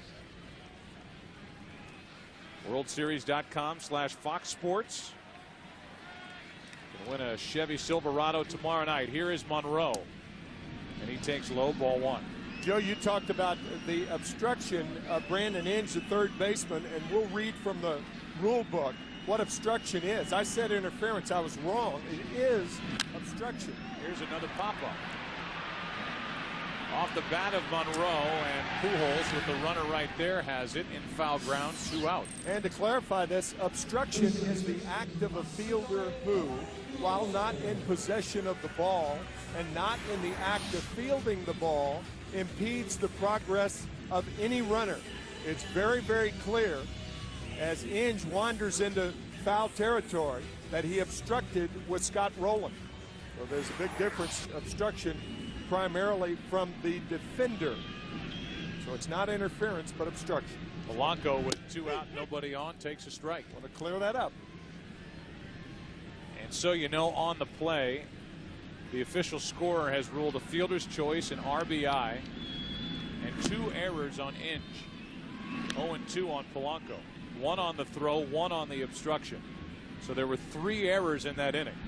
The other one belonging to Verlander on the wild throw to first.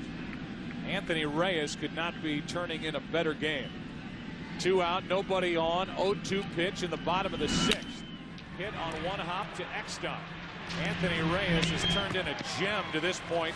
We go to the 7th inning of game 1. Cardinals up by 6. Back after this from your local Fox station.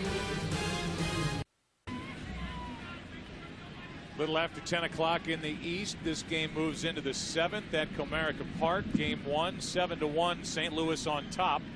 They've out-hit the Tigers 6-2. And there is our former partner. It didn't last long enough as far as we're concerned. Luis Gonzalez on the right, his son Jacob on the left. And we didn't get a chance on the air 2 nights ago at the end of the NLCS to say goodbye the proper way to Luis Gonzalez, who was a great teammate. You can see why there is so much respect for him in the 2 clubhouses that we walked into with him by our side. Players love him. Very respected professional athlete. Here's Fernando Rodney, who takes over. He gets 2 quick strikes on Eckstein, who's 0 for 3. Tough travel schedule for Gonzo, too. He went back to Arizona, his home, and then flew to Detroit this morning. And will go back to Arizona tomorrow and take the triplets to Disneyland. Eckstein golfs one into shallow center, and Polanco and Santiago come together. It's Polanco with a play. Let's check in with Ken Rosenthal. Joe, as first reported by the New York Times, Major League Baseball and the Players Union are very close to a new labor agreement. The length of the deal, according to a source with knowledge of the talks, will be 5 years, the longest in baseball history. It will give the sport 16 consecutive years of labor peace. The deal is expected to be announced before the end of the World Series, nearly 2 months before the current agreement was set to expire. Guys? All right, well, that is great news, and it's so different than what we're used to hearing. The last one came down extensions, trying to get something done at the very end. Right. Here's Chris Duncan. He takes a strike from Rodney, who throws very hard. And what they've done this time around, which was a stroke of genius, I can't believe they actually pulled it off because there's so many leaks that are possibilities, but they've done all of this away from the public spotlight, and they've gotten all their work done off to the side, and now, according to the reports and as we hear from Ken, they're going to pop up here before the end of the World Series and announce a new labor agreement between the Players Association and management, which is great. 1-1 pitch is a strike on Duncan. It's 1-2. Taking a lot of the public pressures out of it and a lot of the ego out of it. They can just hammer out a deal, which they are completing, I guess, as we speak. Here is Duncan, who's 1 for 3, an RBI double and a run scored. 1 out in the 7th inning. Duncan got a good rip. Still 1-2.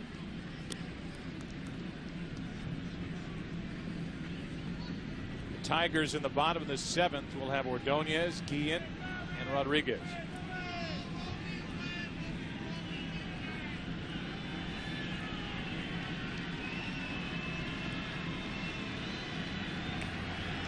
Alfredo Ledesma getting loose, and a good pitch from Rodney gets Duncan 2 out. Tomorrow night, after a long day of football on Fox, it will be World Series game number 2. Cardinals and Tigers will be on the air at 7:30 Eastern, 4:30 Pacific, in a matchup of the former Detroit Tiger against the current Kenny Rogers, and the 41-year-old has thrown 15 scoreless innings in this postseason. He's 2-0. And the reason Justin Verlander started tonight was so Jim Leyland could start Kenny Rogers in games 2 and 6 here in Detroit, of course, if it goes that far. Rodney deals a strike to Albert Pujols.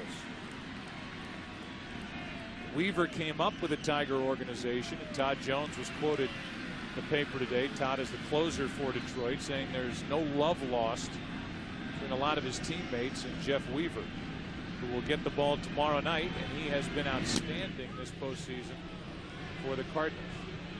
Big reason why they are in the World Series, for his 1 start against the Padres and 2 very good ones against the Mets in the NLCS. Todd Jones saying that Jeff Weaver has grown up a lot since those days, and Todd saying, so have I. Here's a 1-1. Pujols slashes it foul, strike 2.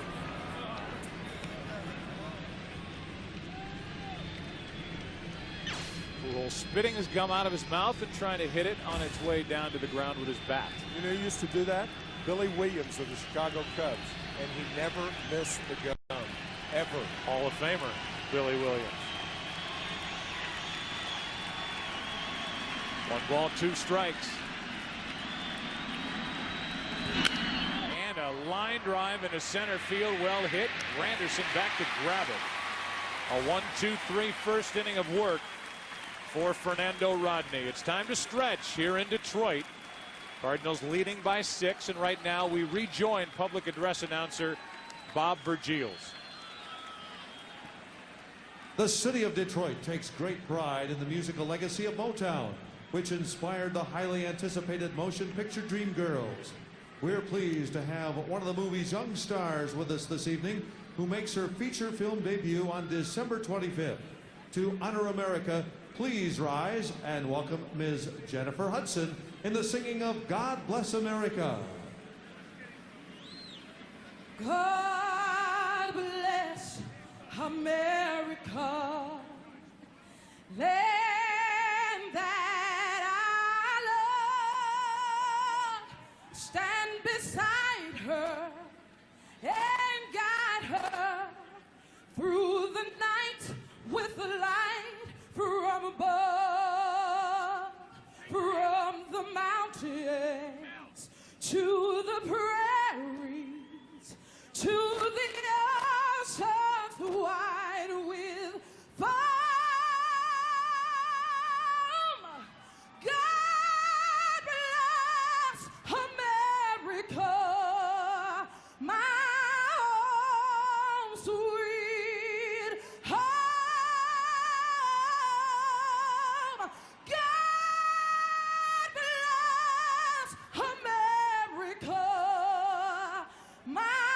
home, sweet home.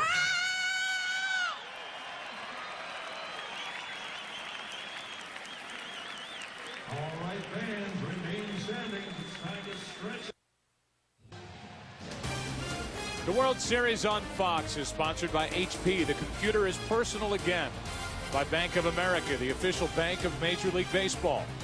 And by the United States Postal Service. Now the post office comes to you with free package pickup.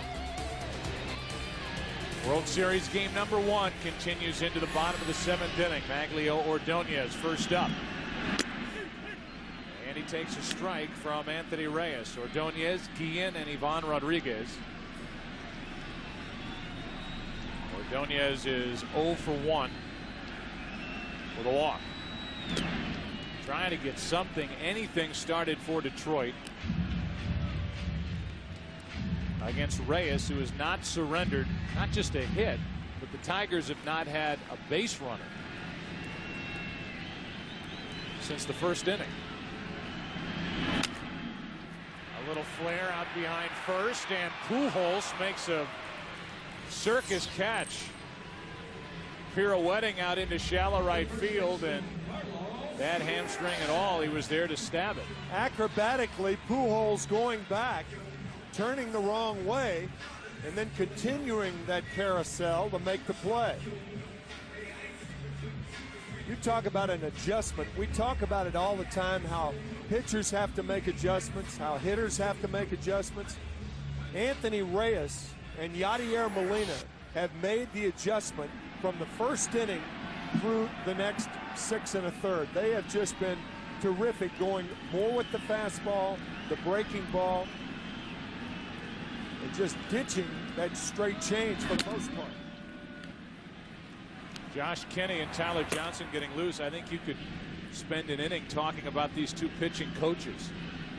For Detroit, Chuck Hernandez spent 9 years with Tampa Bay. Here's a ground ball to the right side, and Belliard can't get to it. And the Tigers have their first base runner since the first. The Tigers were number 1 in baseball in team ERA for the first time in franchise history. As Belliard got a glove on it, couldn't make the play. And the Cardinals, down the stretch and within this postseason, Tim, have reinvented their bullpen, and the starting pitching they've received, now with Reyes also on the list, has come out of nowhere. Chris Carpenter, Jeff Suppan, and Jeff Weaver, 10 of the 11 starts coming into this game. And now Anthony Reyes, with this start tonight, has got to make Dave Duncan very, very happy. 1 on, 1 out. Ivan Rodriguez at the plate. He has lined out twice. Once to second, once to right. So he's gone the other way in each of his 2 at-bats, and he takes a strike. It's Dave Duncan, the Cardinal pitching coach.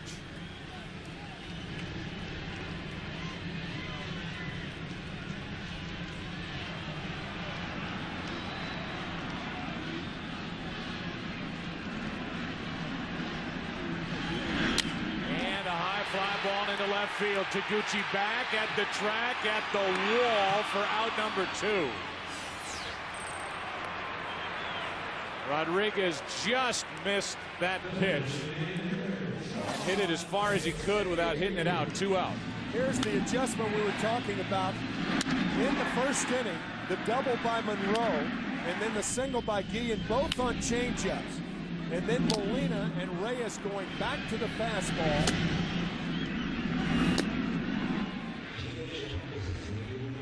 To hold the Tigers scoreless here with 2 outs in the 7th inning. The only base runner, Carlos Guillen, at first right now. Casey is at the plate 0 for 2. He has struck out, fly to center. And he is fooled on that pitch down and in from Reyes, a rare breaking ball from the Cardinal right-hander. We saw only that one out pitch changeup, which was to Brandon Inge for the strikeout in the 5th. It's been heavier with a fastball than it was at the start, or it was in his start against the Mets in Game 4. 1 ball, 1 strike on Casey. Well, we talked about Reyes and what a developing pitcher he is, and a developing story tonight is once again how he has changed from the first inning on. all these Tiger fans want a reason to cheer here in the 7th.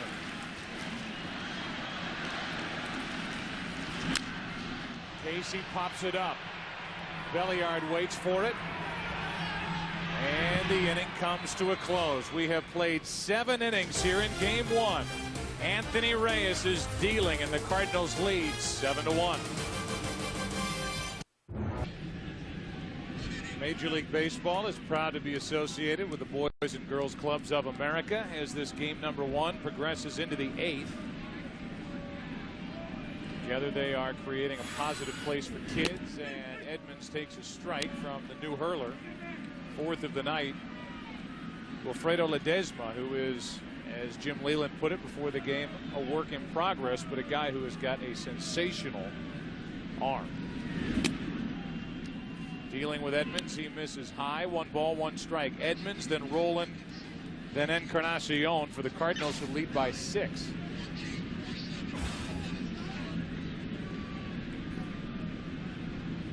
Eighth inning, and the crowd has been taken out of it.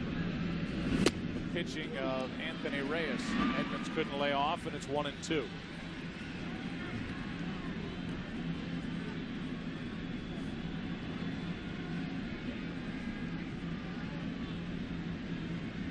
World Series has not been here since 1984 when the Tigers beat the Padres.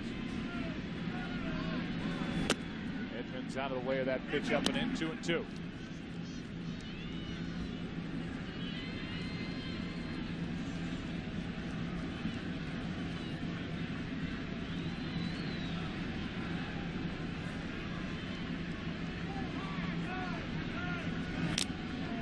Just got a piece of it. Detroit Tigers facing the New York Yankees in New York. They lost game 1 of the division series. Since that time, they have won 7 in a row. They were underdogs to the Yankees, heavy underdogs. They were underdogs to the Athletics, but favorites here against the Cardinals.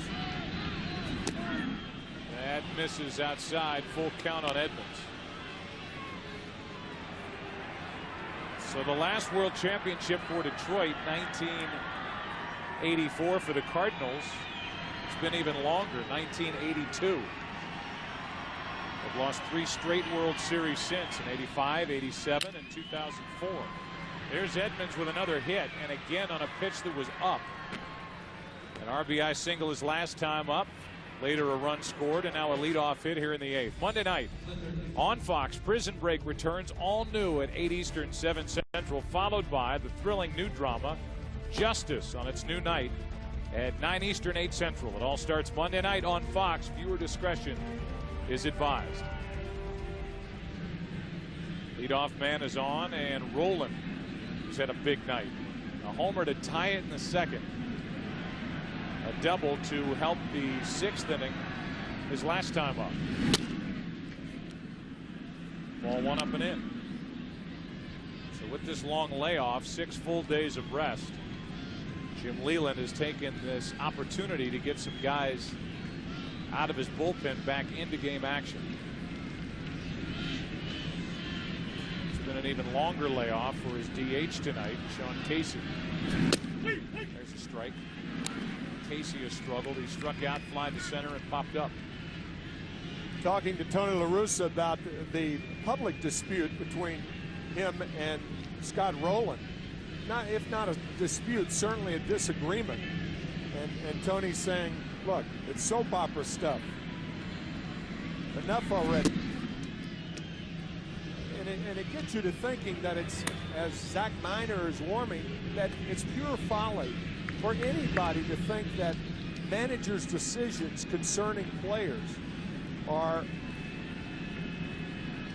always agreed with by the player. I mean, it affects the players. That's why most players don't agree with managers' decisions.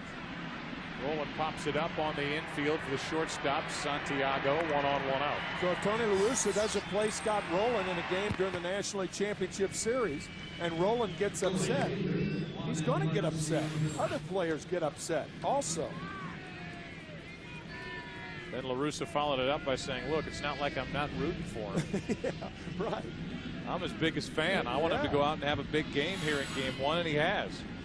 Home run and a double. Put him in that number 5 spot behind Edmonds. Edmonds has had 2 hits. Roland has 2 hits. Encarnacion, who has an RBI but is hitless, 0 for 2 with a walk. Managing a lot tougher nowadays because it has to be explained to the players, to the press. Whereas 30 or 35 years ago, a manager's decision would be told to the player. He said, the reason I made it is I'm the manager. And that was it. Nobody talked back. Nobody went to the press. But now it's different, and in many, many ways, much more difficult to manage in the major leagues today. Encarnacion is trying to find his swing. Chops one to third for Inge. Throw to second for the out. 2 away.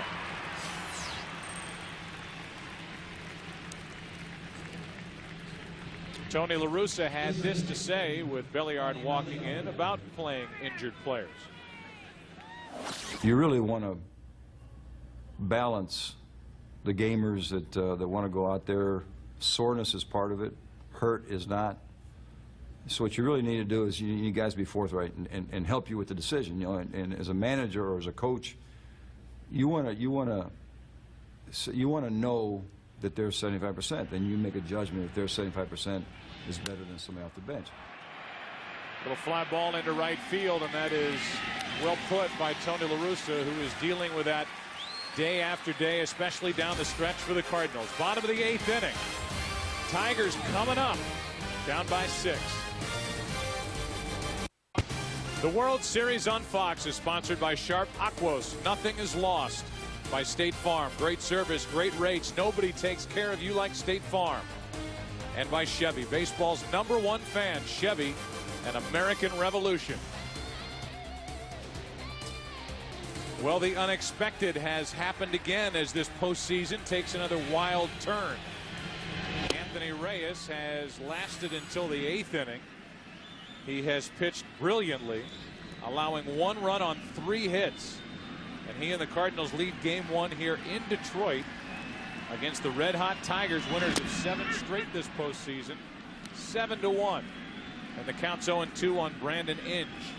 We open this game talking about Anthony Reyes perhaps tipping his pitches to Met hitters when Carlos Beltran and David Wright homered against him when he started in the NLCS. He's not tipping anything tonight. Pretty good pitch there, called ball 1, and Todd Jones, the closer for the Tigers, getting loose.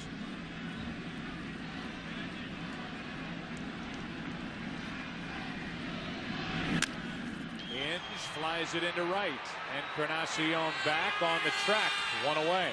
When you pitch well in the postseason on Fox, you get your own video.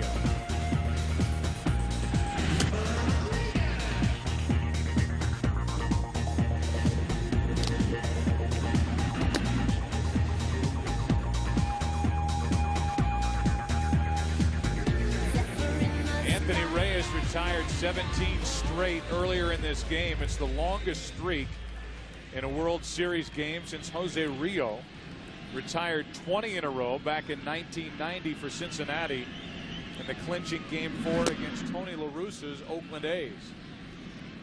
Rio was the MVP of that series. And now Reyes retired 17 straight here tonight. 1 out, nobody on, and it's Timms pinch hitting, popping it up. Eckstein has it, 2 out.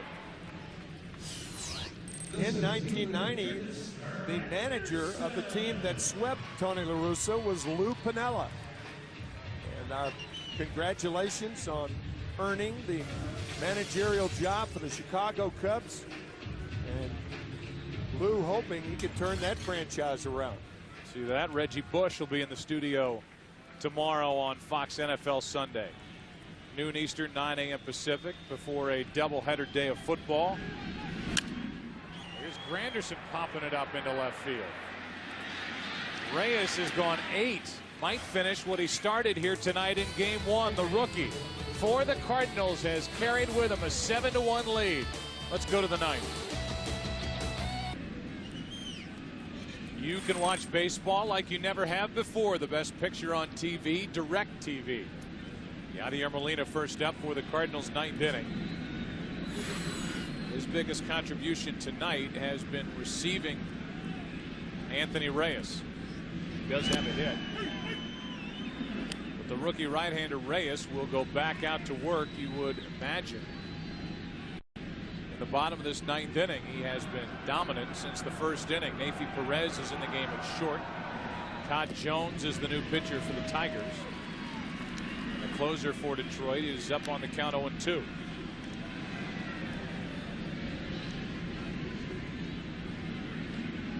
Todd Jones was very, very funny when he was talking about Joel Zamaya and others in the bullpen. Brandon Inge retires Molina. Zamaya and the left-hander Jamie Walker warming for Detroit. But Todd saying that by the time they get to me, hitters are happy. They've seen Zamaya and the likes of the other bullpenners for Detroit. Of course, that's self-deprecating humor and not true, because Todd Jones had a terrific year in his return to the Tigers. The franchise leader in saves as you look at Anthony Reyes, who just turned 25 and is a rookie. That is off the leg of Todd Jones and will be a base hit. So Taguchi has his first hit, now 1 out of 4 tonight. This more to see moment presented by Sharp Aquos Liquid Crystal Television. The opposite field home run by Albert Pujols back in the third inning. First base open. Runner at second, 2 out. The first pitch from Verlander was too good and ran back over the outside part of the plate. Jim Leyland, we heard earlier in the game, taking the blame for it instead of just putting him on, and Pujols hit the 2-run shot to make it 4-1. It's now 7-1, and the hitless David Eckstein takes a strike from Todd Jones. Started to say Jones is the franchise leader in saves, and you know, he can laugh about his stuff. He only had 28 strikeouts during the year, but it is unique to find a guy who does not melt in pressure situations and has no problem getting the final 3 outs. Neifi Perez makes the play, safe at first. Great effort by Neifi Perez, 2 out. And almost an unbelievable double play. It's amazing how the baseball has a way of finding you when you come in for defense in the late innings. Neifi Perez, what a terrific play.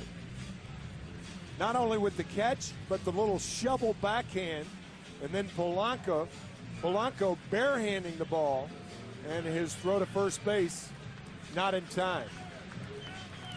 So the guy who specializes, might have been out, the guy who specializes in getting those final 3 outs gets 2 here in the 9th inning.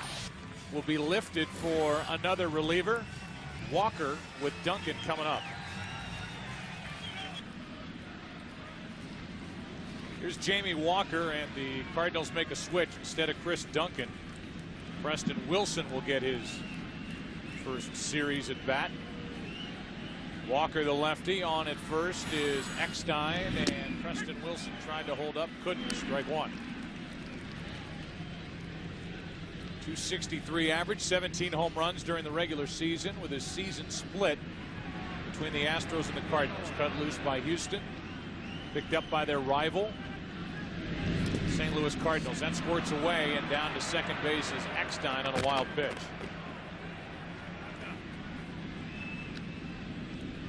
Jamie Walker throwing the changeup in the dirt. Rodriguez tries to block it, but it goes off to the side. What catchers try to do in that situation is to keep the ball out in front. That usually stops the runner. But when the runner sees it go to the left or right, that's when they take the extra base. Here's a 1-1 pitch. Wilson fooled again. 1-2.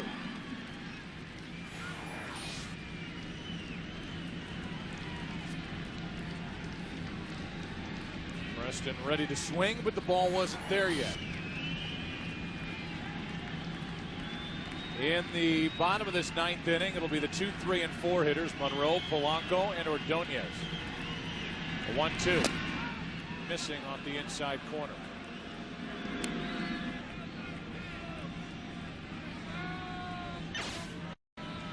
Pujols on deck. He has one important hit tonight. Preston Wilson trying to add to a 6-run St. Louis lead. It's foul. There is nobody getting loose for the Cardinals in their bullpen. It is quiet. Also, no one warming up for Detroit, and the reason for that is if Wilson gets on, they'll probably walk Pujols. Or if Wilson drives in a run with Edmonds in the hole. That is down and in. Wilson checked his swing. And it's a full count with Pujols next. I might reconsider that, because if Wilson walks, they're not going to walk Pujols, but he'll be facing the left-hander, Walker. Wilson strikes out, and that ends the inning. We go into the bottom of the 9th. For the Tigers, as they trail by 6, Monroe, Polanco, and Ordonez. 7-1 St. Louis in Game 1.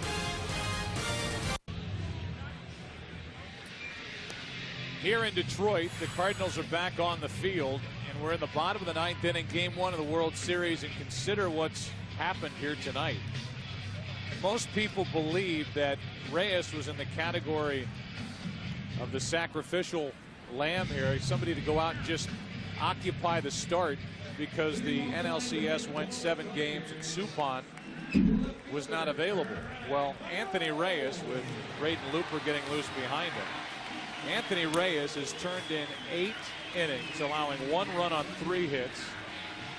Cardinals trying to take Game 1 here in Detroit against a team that had won 7 straight this postseason, with a guy who had fizzled down the stretch and was so-so, and that is a bomb into left field off the bat of Monroe to make it a 7-2 game. We'll see if that's the last pitch of the night for Anthony Reyes. Off go the fountains in center field, and it's a 5-run St. Louis lead.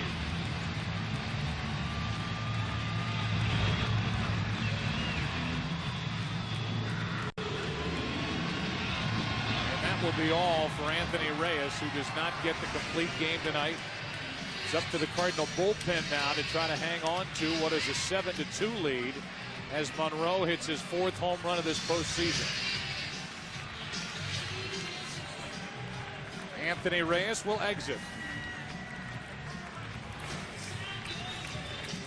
What a job tonight by the Cardinal rookie right-hander. 7-2 St. Louis.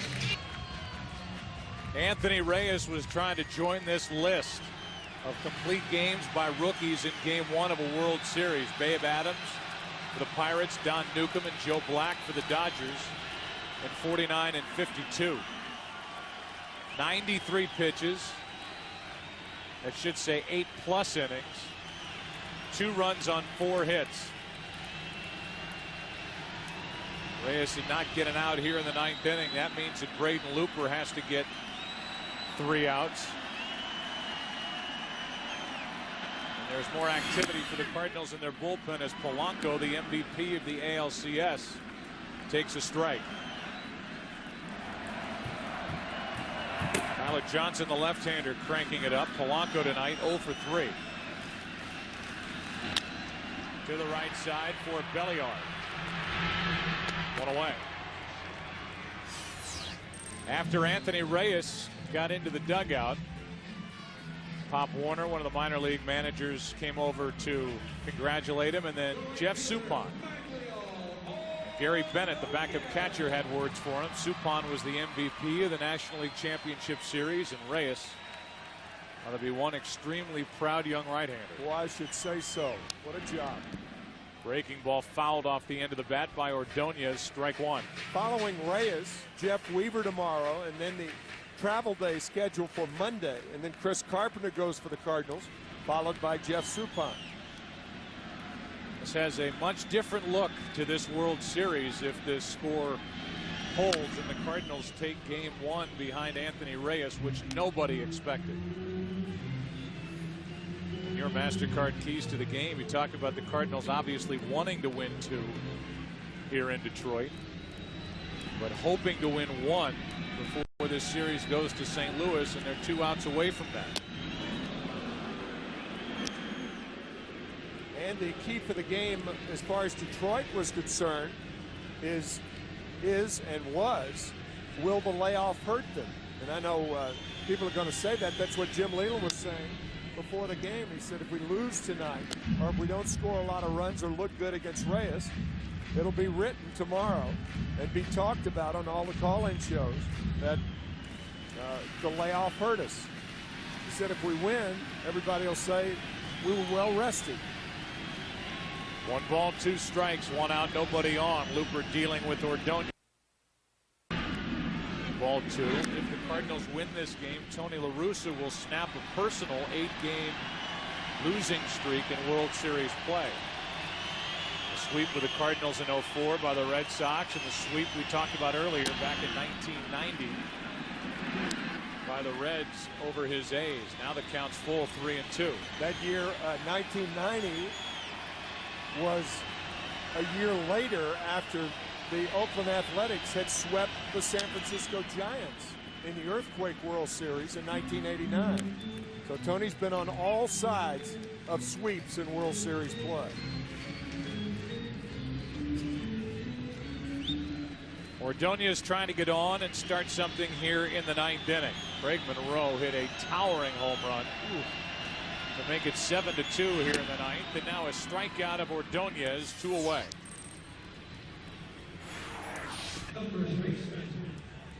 Beauty of a 5-run lead is you could throw a predictable pitch, a fastball blown by Ordonez.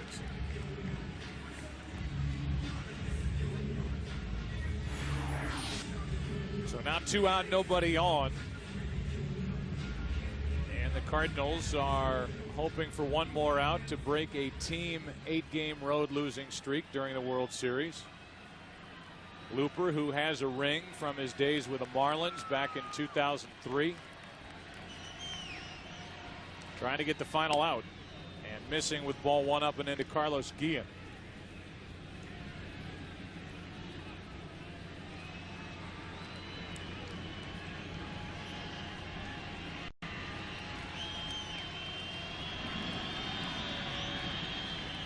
Seven to 2 here in the 9th inning with 2 out and nobody on. Guillen has an RBI tonight with a single back in the 1st inning. Cardinals went down in order in their half of the 1st. The Tigers came up with a run. Had 2nd and 3rd 2 out, and Ivan Rodriguez hit a soft line drive caught by Belliard at 2nd. Cardinals tied it on the solo home run by Rolen in the 2nd. And got 3 in the 3rd, 3 in the 6th.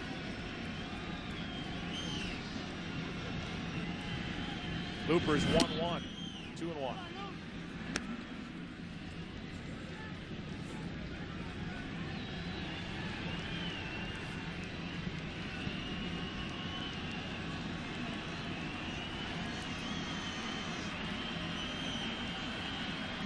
Guillen 2 out of 3 tonight. That was against Reyes. Now a 2-2 count.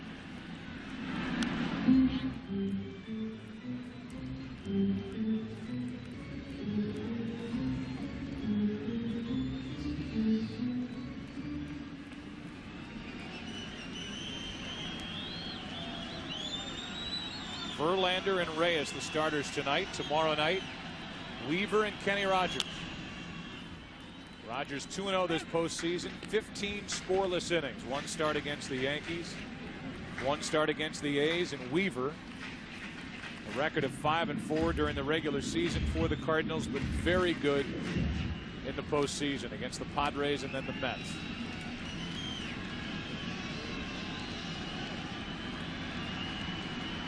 A 2-2. Full count.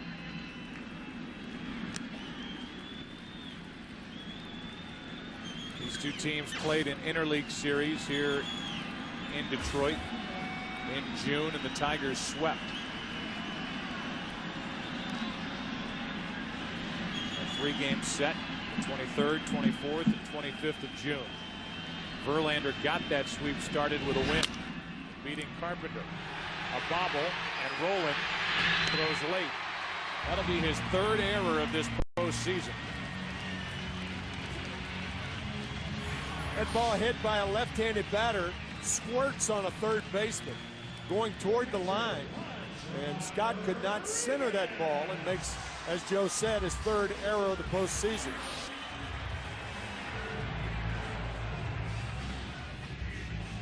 Tigers made 3 errors back in that 3-run 6th inning that the Cardinals put up. One by Verlander, and then 2 on the same play by Inge, the third baseman. Here's Rodriguez.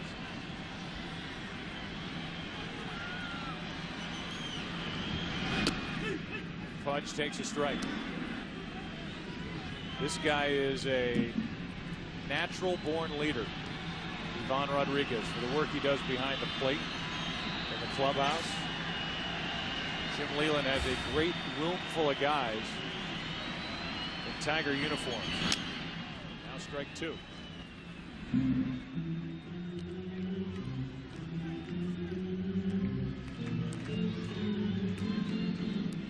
Talk about a natural-born leader. He's a natural-born Hall of Famer, too. The talent, the mental prowess.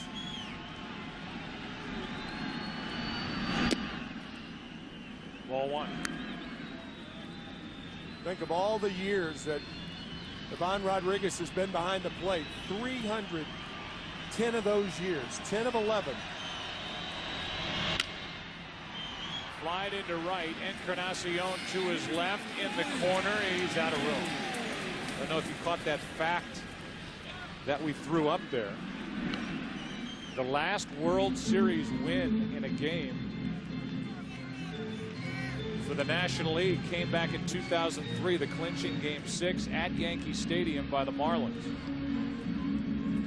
That was in 03. Then in 04, the Red Sox swept. And last year, it was the White Sox sweeping Houston.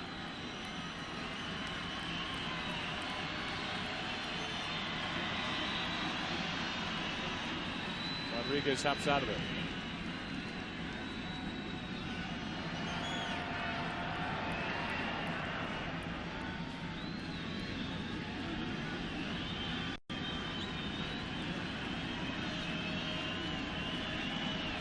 Looper has the one he wants and is 1-2.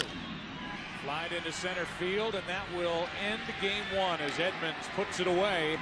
And the Cardinals come in here behind their rookie Anthony Reyes and shock this big crowd and take Game 1, a final of 7-2. 2 hours, 54-minute game, and Anthony Reyes and Braden Looper hold the Detroit Tigers down to 4 hits.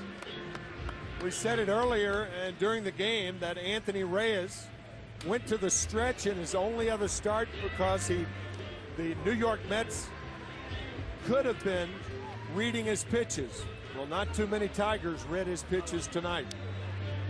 Superb. The clock reads 11 o'clock straight up in the East, and our Chevrolet player of the game is the right-hander Anthony Reyes. He did give his best tonight. The Cardinals depended on Reyes tonight. You can log on to worldseries.com/Fox Sports and vote for your most dependable player of the postseason and a chance to win Chevy's most dependable truck, the all-new Silverado. So the Cardinals have taken Game 1, and now it'll be a matchup of Jeff Weaver and Kenny Rogers, who has pitched shutout baseball so far this postseason. He'll start tomorrow night for Detroit.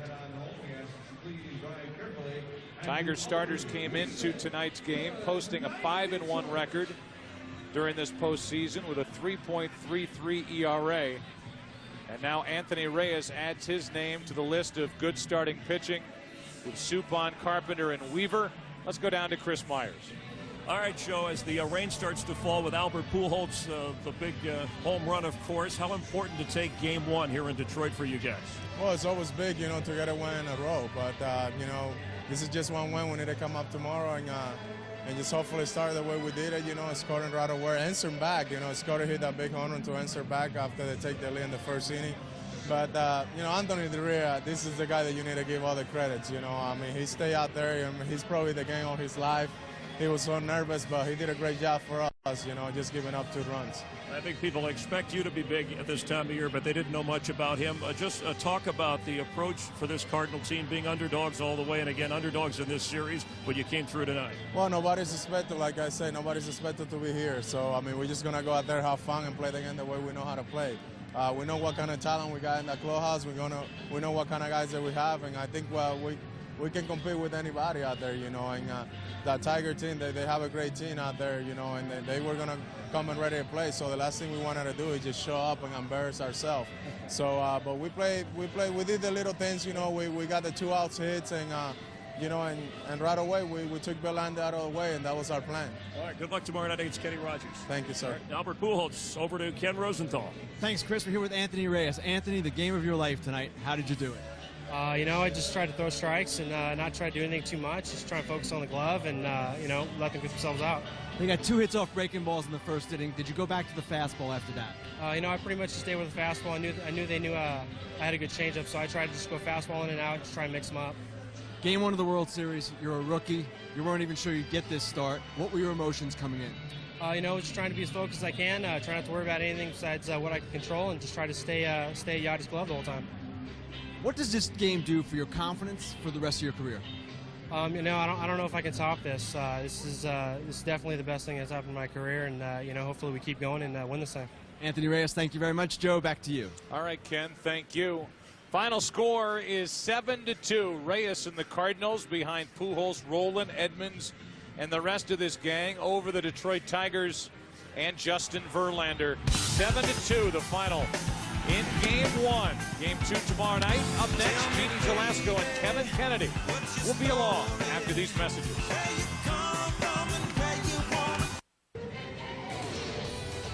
Welcome to the Chevy postgame show on Fox. Chevy, America's #1 fan. Jeannie Velasco with Kevin Kennedy and Eric Burns. And gentlemen, if I would have told you that one of tonight's starters would be making an appearance in the 9th inning tonight, I'm thinking hands down both of you would have said it would have been Mr. Verlander making it through this game. Well, I think so with the power guy, but we didn't see a great fastball early from Verlander. Not that he threw too many off-speed pitches and breaking balls early and really didn't establish himself. On the flip side, Anthony Reyes, he threw some off-speed stuff early, then a time or two around the lineup, Eric. He went with his fastball in the 2nd inning. Just some sequences here that we're going to show you. Why he got these guys out. He just changed speeds extremely well, and it took him deep into the ballgame. I think Tony La Russa got more than what he ventured for tonight, Eric. Yeah, Anthony Reyes was unbelievable tonight.